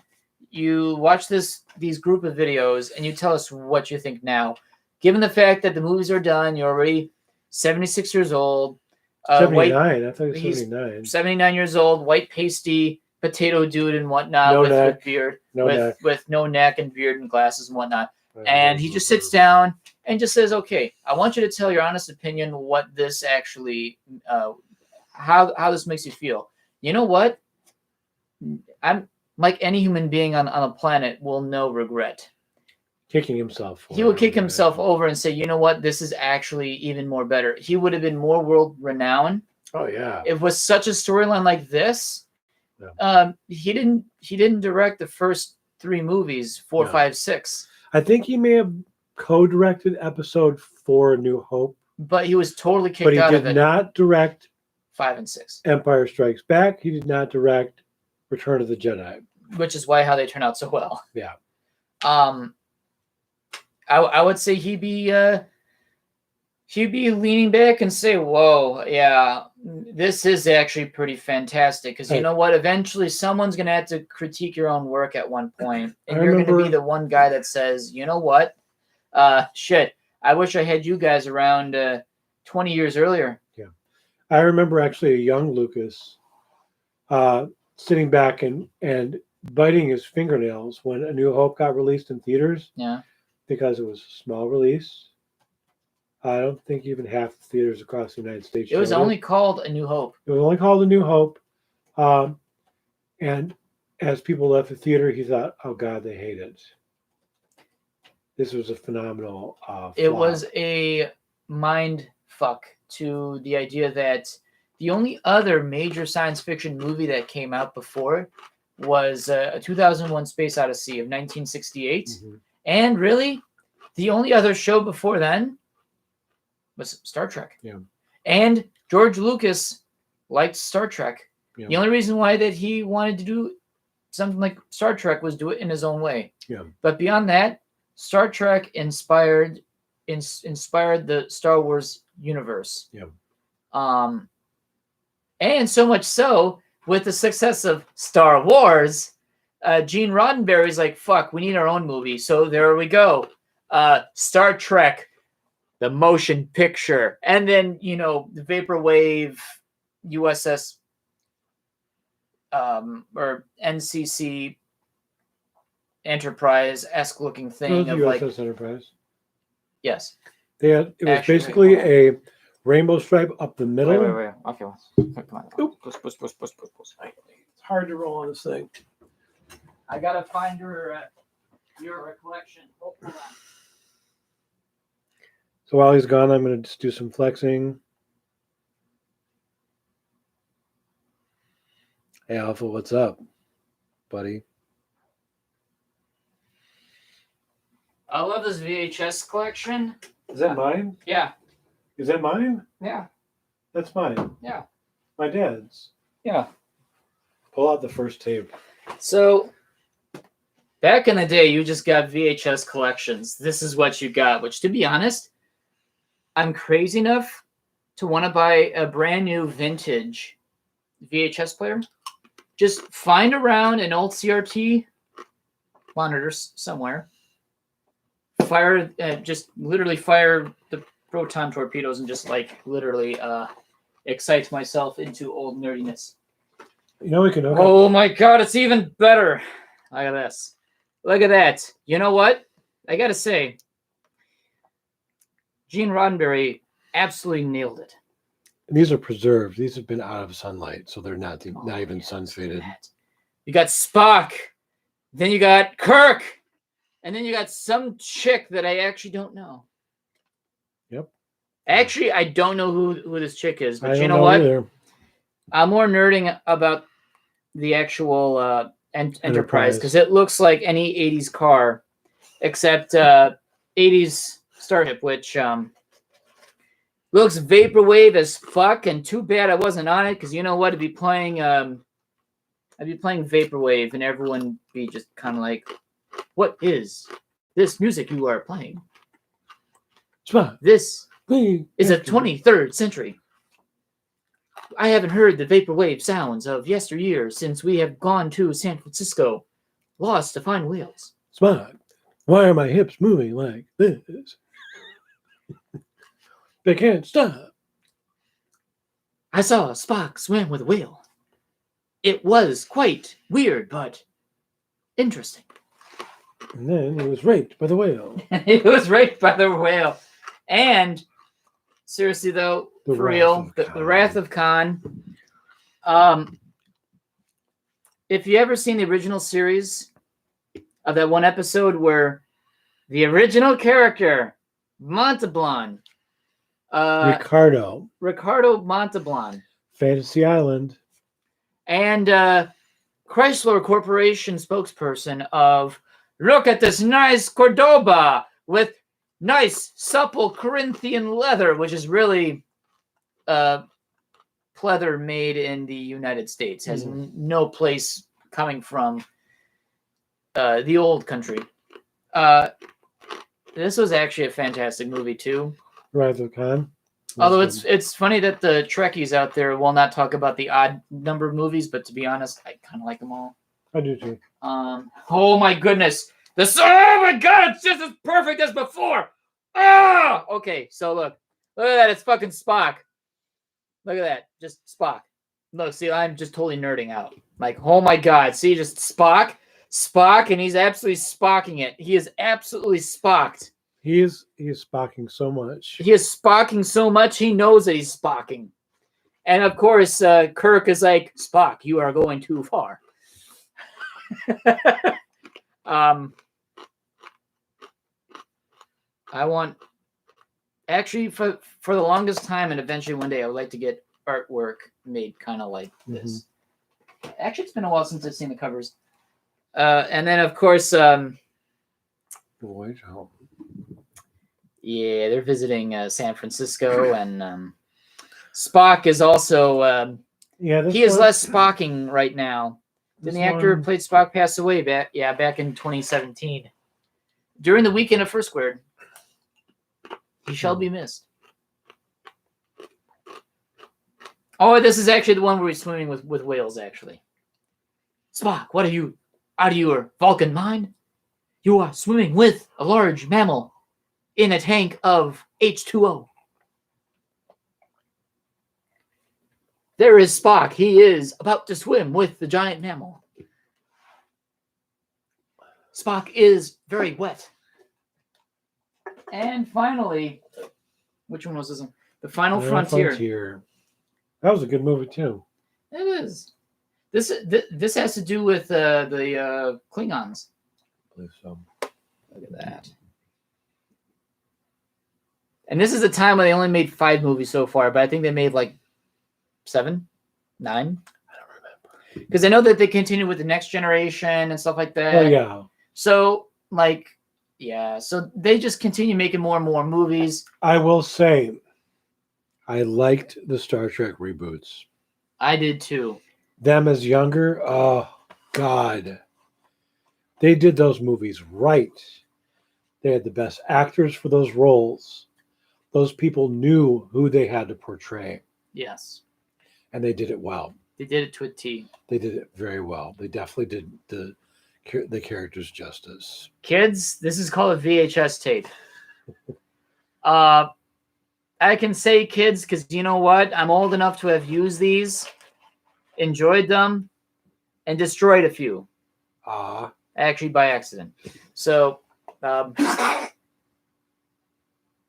yeah, I am a total Star Trek nerd. I've got the only series, although I would not mind buying the Next Generation set, but I own probably 50th anniversary the original series because you know what?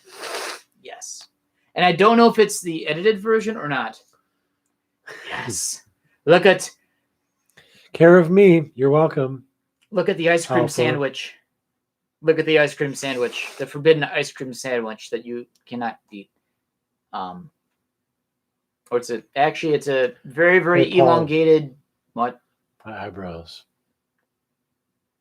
You're getting horny. My eyebrows are going. What did you say? Your eyebrows are going nuts for your nuts.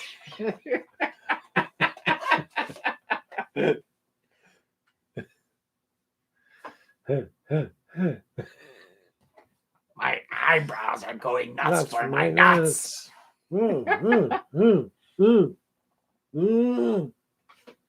I have so many VHS tapes. It's just a byproduct of the 90s. Yeah. And you know what? I would not mind doing a VHS movie night. I just need to find an unopened in the box VHS player, which may be the most cheapest thing to buy online, or maybe the most expensive thing. That'll be cheap. You can find them everywhere. You can go to Best Buy and get one brand new. Okay. Yeah. We just need to find a CRT screen, or if it's a modern one, we just plug it into any. Actually, we could try doing that. I can plug it right into my projector. It's got the inputs for it. Yes! There we go. Once again, going nuts for my nuts. Now say it in Schmiegel. What? Schmiegel voice now. My eyebrows. They're going nuts for my nuts. Wow.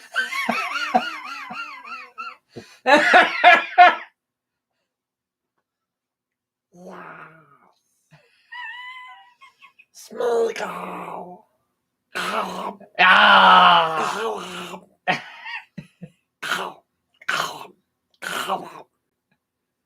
There we go. What's taters? Yeah. Those are taters. So now that we talked about VHS tapes and the beautiful artwork, there we go. Hope this is not copyright infringement. Really, it's just Doesn't matter because we're live feeding it anyway. that, and well, you're gonna put it up there later though, so it can be replayed. I'm not making money off this anyway, so it's not to say that I am making money off this. I'm just appreciating. I doubt that it'll get monetized. No. I think YouTube probably wouldn't care at this point because you know what? They'll say, "Oh, it's nerds." I mean, people do movie reviews all the time. That's true. We're barely showing you a movie. We're just showing you artwork of cassette tapes. If we were showing footage, I think then they would have to. We'd have to basically block out the audio tracks. Not just that, but I think you also have to put it while on your YouTube account to nerds. Yeah. We would have to purposely say we have content that may be copyrighted that we may or may not get monetization for it because, of course, copyrighted material. However, it can be modified in a sense that it is not the whole movie. You cannot show the whole movie, but you can do constructive criticism or creative ideas to it to make it not copyright infringement, which is just weird. Maybe to cut your hair. I am floof. I have the beginnings of a butt haircut. You're greasy floof. Yeah, I need to wash my hair. You need to get hair washed. You can't see it on camera too much. It looks okay, but from where I'm sitting, super greasy. Needs to be cut. It needs an oil change. Definitely needs oil change. I use 5W20. So let's go on to different subjects. Yeah. So I vented on Twitter a few days ago or several days ago, I forget when, about not having enough time. Just for myself. I'm not going to go too much into detail. Go on my Twitter and find out what it is. So vacation time for self, on how important that actually is. Yeah. Sometime this fall, I just want to take another Saturday off, literally go rent a hotel in Wisconsin Dells for the weekend and just get the fuck away. Just to get away, look at different things. Me time. Me time. That's what I would do. Kurdan, what would you do for vacation time for self? What would you do? A whole weekend, and you're not in town. Where would you go? And what would you do? I don't know. I haven't really thought about it. Which means you really need to think about it. Because you haven't given much thought to. I guess the one thing I've always wanted to do was visit my childhood friend, Carl, in California. Because he moved out there when he was like 19, 20 years old. And he's been living there ever since. He's come back a few times. We've caught up and visited and, talked about our lives and where we're at now. His martial arts and me doing hair and all that.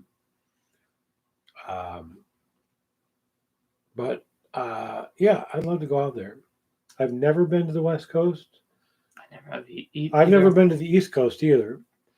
But I know people on the West Coast, and I'd like to go out there. Nice. Hey, it's time away. Yeah. Just to do whatever the hell you want, because you know what? It's a different hemisphere. Yeah, I'd do that.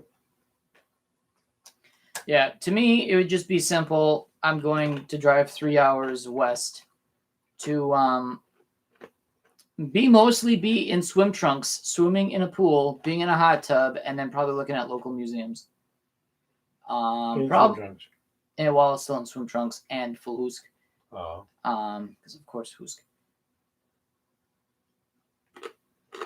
And just chill out, not needing to do anything, but do a few things just to, break up the monotony in life and to recharge batteries. Because cons have been perfect for that for me, for that whole reason. I go to cons to get away and have fun, to enjoy myself, to enjoy friends, And recharge the mental batteries, because eventually normal life erodes a lot out of your mental sanity. Not having been gone to a con in 18 months, it's really starting to hit. Especially working 6 months in a company where I'm doing more overtime than I ever thought I'd ever need to. You're making good money. I'm making good money, but at the cost of, if I wanted 8 hours of sleep, I'd only have 2 hours to myself, including driving back home. So that's 90 minutes to do what the hell I want. That's literally going to fast food, eat food, save some for the next day. Go to bed. Then have an hour to myself to do whatever I want, jerk off or whatever, and then go to bed. And then I start the whole thing the next day. That's not enough time. You need more time than that. And this is the first time in more than a month that I've done a 10-hour day. Standard 10-hour day. And I enjoyed every minute of it because you know what? I've been free since 3 o'clock. I have never had this much free time on a day that I work. On a day off, it's different because I'm off the entire day. But you know what? It's weird to not have this much time. It is also weird that I'm working this much too. So yeah, vacation time for self. I'm going to do it anyway because you know what? Just in case MFF doesn't happen. You know what? I would rather go out from a Friday to a Monday. Just get away. I don't mind taking the hit of paying for a hotel room just for myself. In fact, hell, if the Tigi wants to go out with me for the weekend, maybe split the cost of the room. But other than that, just to kind of get away, you know what? That's perfectly fine. Did you? Let me ask. Oh, do you know what time you work tomorrow? 6:20. So better. Yeah. Within the allotted time frame of 6 to 8 o'clock start time. 6 o'clock, okay. 5:30, you're getting a bit early. Now you can, 10, 11, you can go to bed. And plus 2, if I start early, you still get your 6 hours sleep. For the most part. And for tomorrow, I start somewhat early still that I have much of my Wednesday off, which ain't bad. Yeah. I'm still expecting to get off of work 12 hours after the fact. So expect me to come back home by around 7, which... And I have to be up and leave by 5:20. So that's 30 minutes to get to work and then 30 minutes to get my bus going before I leave. So, yeah. This is the only reason why I go on about this, and I'm sorry to interrupt. That I do like my 4 to 1 set schedule. Yep. Not just that it's a set schedule, but I'm guaranteed to be out of there by 1.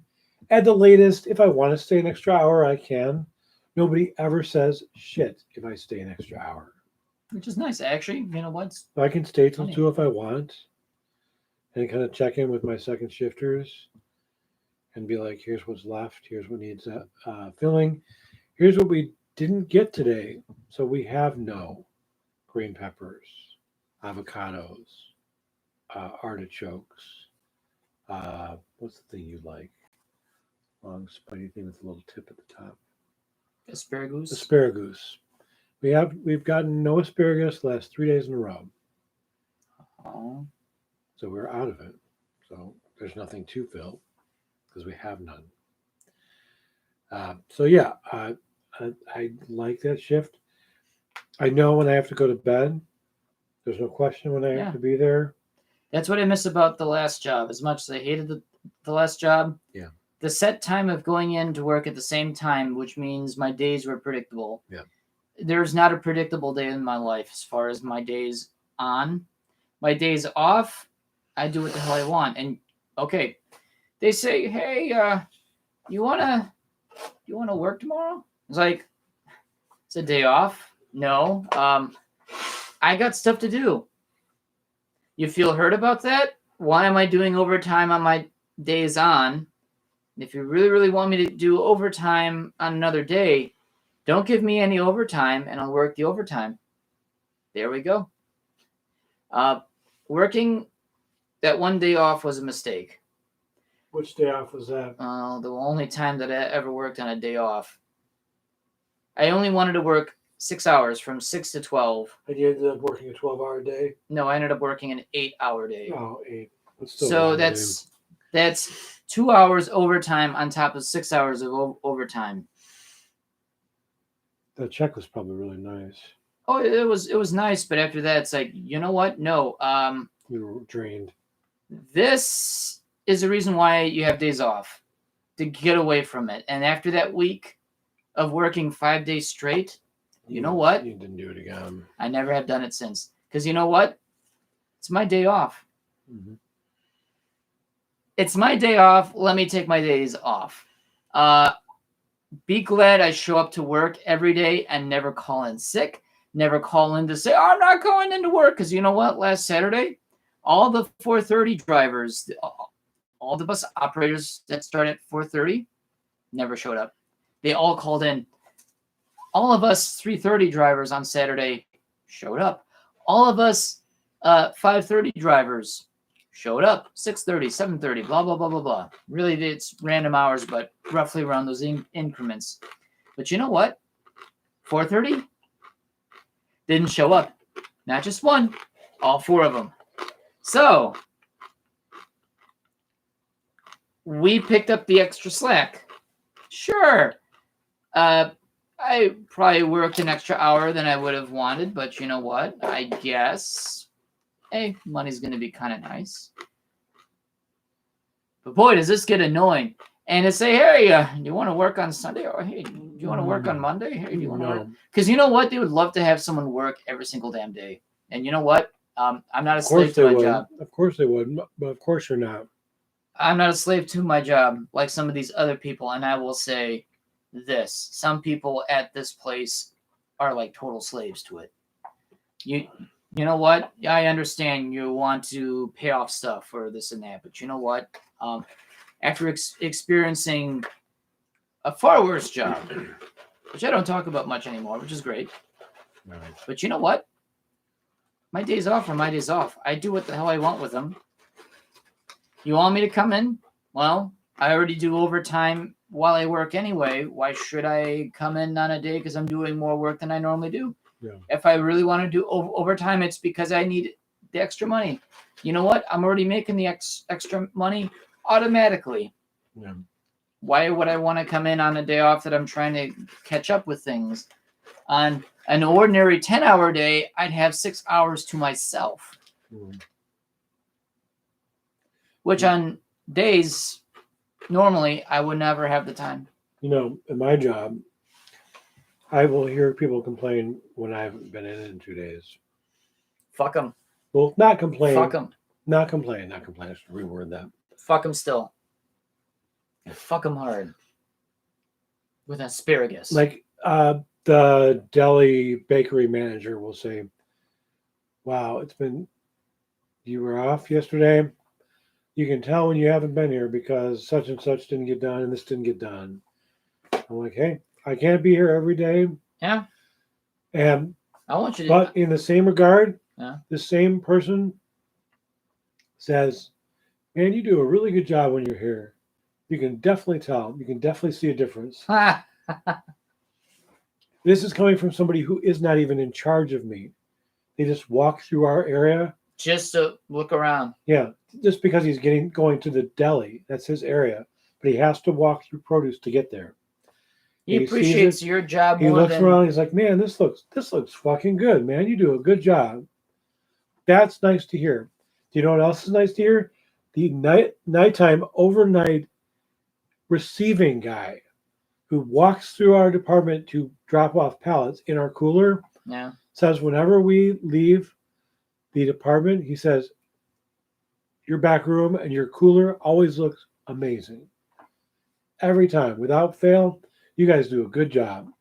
I'm always amazed. These are his exact words. Uh-huh. I'm always amazed when I come in here. I never see an overabundance of product. You guys always manage to rotate stuff out. The 3 of you. The 3 of us. An entire department. We managed to rotate everything out. This is gone on. You work too hard. 12 months. No, I'm not. I've been doing good. Today I didn't touch cherries. I didn't touch bananas. I didn't touch grapes. I mean, the idea is to do a job, but don't ever put 100. Now, this is one thing I learned about my last job. Yeah. I will do 100%. No more. I will never do 110% again. And any boss or any person that says, why aren't you putting enough effort? And I'll go and say, you know what? Last time I put the amount of effort, I got screwed out of money. Yep, you did. And I will say this. I once worked 4 hours overtime for a company that didn't pay me for overtime. Yeah. Then I realized they doctored my timesheet that I worked only a 40-hour week. A 40-hour week when I probably made 65 hours total for that 1 week alone. You didn't get paid for it. And I didn't get paid a single cent. That's why I don't do 110% anymore. Yeah. Never call me lazy because I am a good worker. But you know what? I work really hard. I've been burned far too many times to know that working 110%, the American dream way of going up in the world and captains of industry and all the other bullshit, that you got to go up. Well, you got to do 110%. No. The ones that actually get somewhere are the ones that tend to do less work. Mutual friend of your mom's and mine, through somebody she knows and someone I know at work, Linda knows someone that knows your mom. And Linda every day is like, Joe, you work too hard. Yeah. I see you doing your donations, your claims, and this and that. One thing when you are doing good. Too much. Mm-hmm.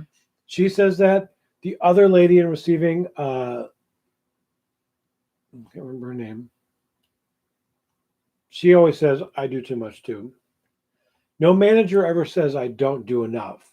I never hear from anybody that I don't work enough, because they know it would piss you off. Not just that, they know that we work hard. Yeah. They know we do.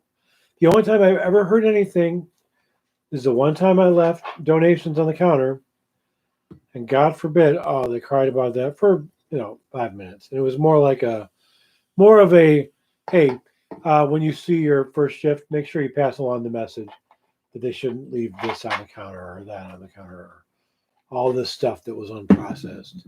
For the one time that you didn't do it, the one time that I wasn't going to stay an extra 45 or 30 or 45 minutes, I wanted to go home. I was done working. Now I basically reserve that time, do that stuff before my shift is even over, so that when the end of my shift comes, I can just leave. I don't have to worry about, oh God, I have to do all this. I have to dispose of all this rotted fruit and vegetables. It's all done already. I don't have to do it. I don't have to worry about it. Today we did leave a few out because we did work all of our basically overstock that was coming back out on the floor. And I picked a few things off the floor. So there were like 7 pieces. Oh, wow. Everything else was done. Mm-hmm. We had moldy flower bouquets. Moldy flower bouquets. How's that even possible? Well, it's possible because mold grows on everything. True. Anything that has a moist surface, mold will grow. It just needs the moistness. This cracker, I could lick this, leave it sit for a week or two, guaranteed mold spores would land and grow. I'm not going to do that. It's a waste of food. So I got one more subject we can talk about before we can probably sign off. Then I got to pee. Yeah. So it's just over the 2-hour mark, but one more quick subject that we can definitely go deeper into the 2-hour mark. Not too deep, but is a Ren Fair, and how I like the whimsical atmosphere of the Renaissance Fair. So much so that one day I would not mind getting into character. It's expensive, but I think it would be cool. Getting into character. Getting into medieval or Renaissance clothing, going for the whole day like some people do. Like all those people at the Bristol Renaissance Fair that are in period clothing are not working there. I'm going to be in tights. Yes. The whole time. I would say I'll literally just be, my costume will just be a pair of tights. Aw. I would say at the Bristol Renaissance Fair, I would probably say 1/3 of the people that dress up for that are literally people coming in from just the outside world. In tights. They're not even actually part of anything what's going on there. They're just literally tights, having fun for the day. In tights. In tights. I think it'd be fun one day just to kind of do that. Just something different. Tights. And you're focused on tights. I just think it'd be kind of fun to do one day. Because I would love to be like, ho, ho, ho. I have to really work on that. I have to be Lord Hoosk. Or actually Prince Hoosk. Prince Hoosk. Save thy tears for another. Save thy tears for another day. Aw. So, yeah, just a fun little subject to talk about with like the Ren Fair, because there is a lot of fun that you can do. By the way, look up the remix of Save Thy Tears, Renaissance version or medieval version. Awesome. Actually, there is a lot of fun songs that have been a lot of medieval versions, but Save Thy Tears, great song. Great. I played it for Lauren at work. She's like, "What the fuck is that?"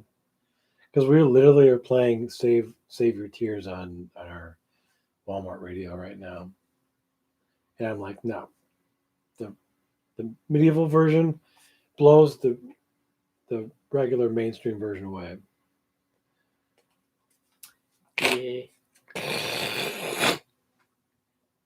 Hisses. But yeah, but just simply Ren Fair. Yeah, Ren Fair. I think I've never been to the Ren Fair. I've been to it a few times, but should I tell you? Okay, you know what? Tell me. So I'm going to tell you a story about the Ren Fair that me and a bunch of my other reenactor buddies have gone to many, many, many years ago, and how we got away with it is fucking incredible. I thought we were, I don't know, probably breaking a couple state laws doing this. So as everyone knows, I'm a Rebel Hoosk. I am a World War II reenactor. Won't even say exactly what, because you know what? It's irrelevant. So me and two other guys from my unit were gonna go as a machine gun squad. This is medieval times. To medieval times, which that weekend that doesn't make a whole lot of sense. That weekend was out of period costume contest at medieval times. Yep. And so it worked out perfectly. There was some guys from the Franco-Prussian War, from World War I, some guys like us from World War II. There was some Civil War dudes, some Revolutionary War dudes. There was even some Roman legionnaires. There was some Spartan soldiers or hoplites. Hot. Yes. I would have been all over them. And you know what? We had a lot of fun. But of course, the World War I dudes had their rifles and whatnot, but of course they kind of got checked out because they're real. But you know, you want to make sure. We brought a machine gun. We brought an actual machine gun. Oh, God. And no one ever checked it out. No one ever bat an eye.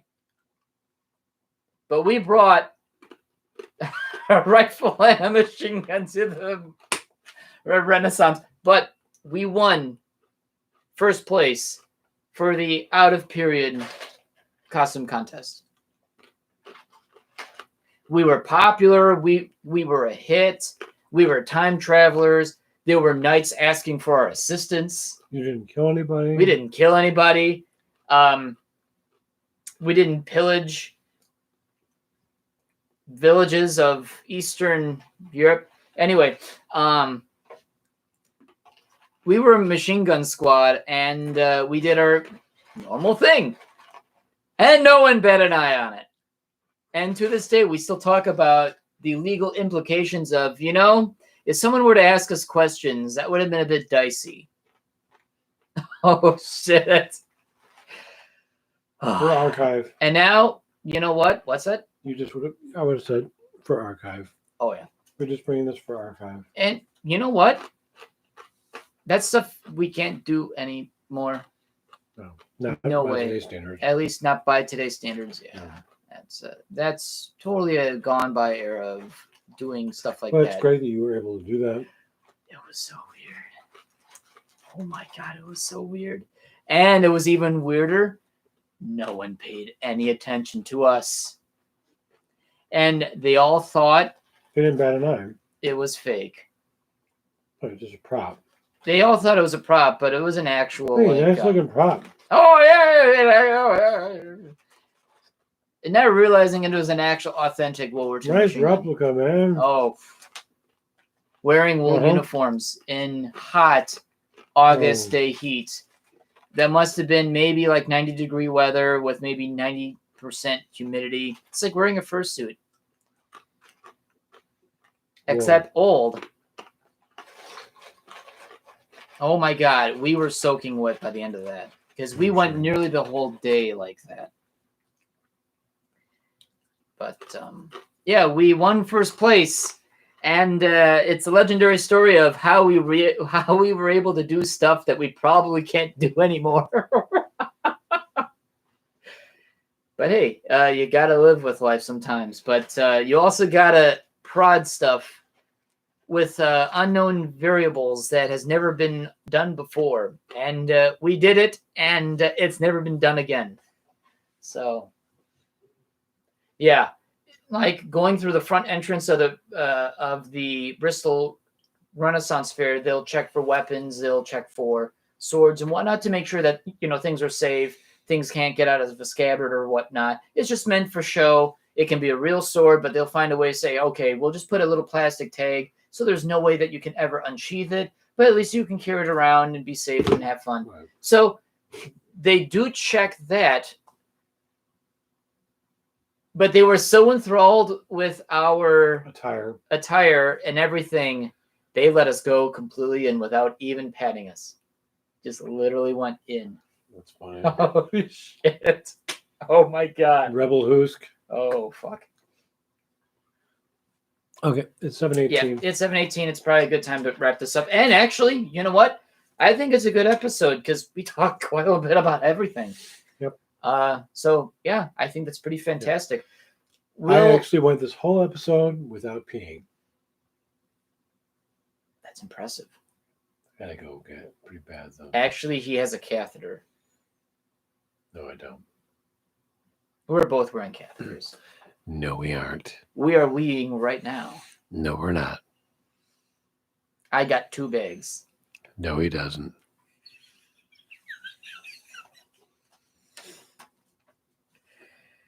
Yeah. So thanks for tuning in for another episode of the Zooming News podcast. And once again, I'm your host, Dustin Husky. I'm Credan Sourpuss. And we'll catch you next time. Hopefully, trying to do this a week, an episode a week. I know we did twice in a row. We're going to see if we can do twice again, but we're going to stick with once for now and just see how it goes from there before we increase it. Also, our 1-year anniversary is definitely coming up for this, which is August 4th, which, you know what? I just want to see. It doesn't really matter what time. It's on a Wednesday. Oh. We can do it on a Wednesday. Do a 1-year anniversary episode, probably number 64, unless we do another one between now and then. Did 64 episodes in about a year's time. I think that's pretty impressive. That's almost 2 episodes a month. That's a little nearly, over. Yeah. Little over 2 episodes. And for the most part, we had done almost 8 episodes in a month at one point. So. Did we? Yeah, we did it twice a week. 1, 2, 3, 4. That checks out. Yeah. So, at 64, but not 69. Don't give me ideas. Alpha. I got an idea now. You dirty-minded. Okay, well, I could do that instead. You dirty. Is he a dog or a wolf? Wolf. Alpha. Alpha, I believe, is a feline. What? I believe Alpha is a lion for one persona, and I believe he is. I don't know if he's a fox or a husky for another. Well, his fursuit's husky would make sense because Alpha. Or wolf. King Alpha. I think King Alpha is his feline persona. Oh, I see a fox. I see a cat. No, fox. You're right. Bad eyes. No. Okay, we got to end this. Yeah, it's about time. But you know what? Hey, next week is going to be fun. Who knows? Maybe 3 hours max, at least for a special episode like that.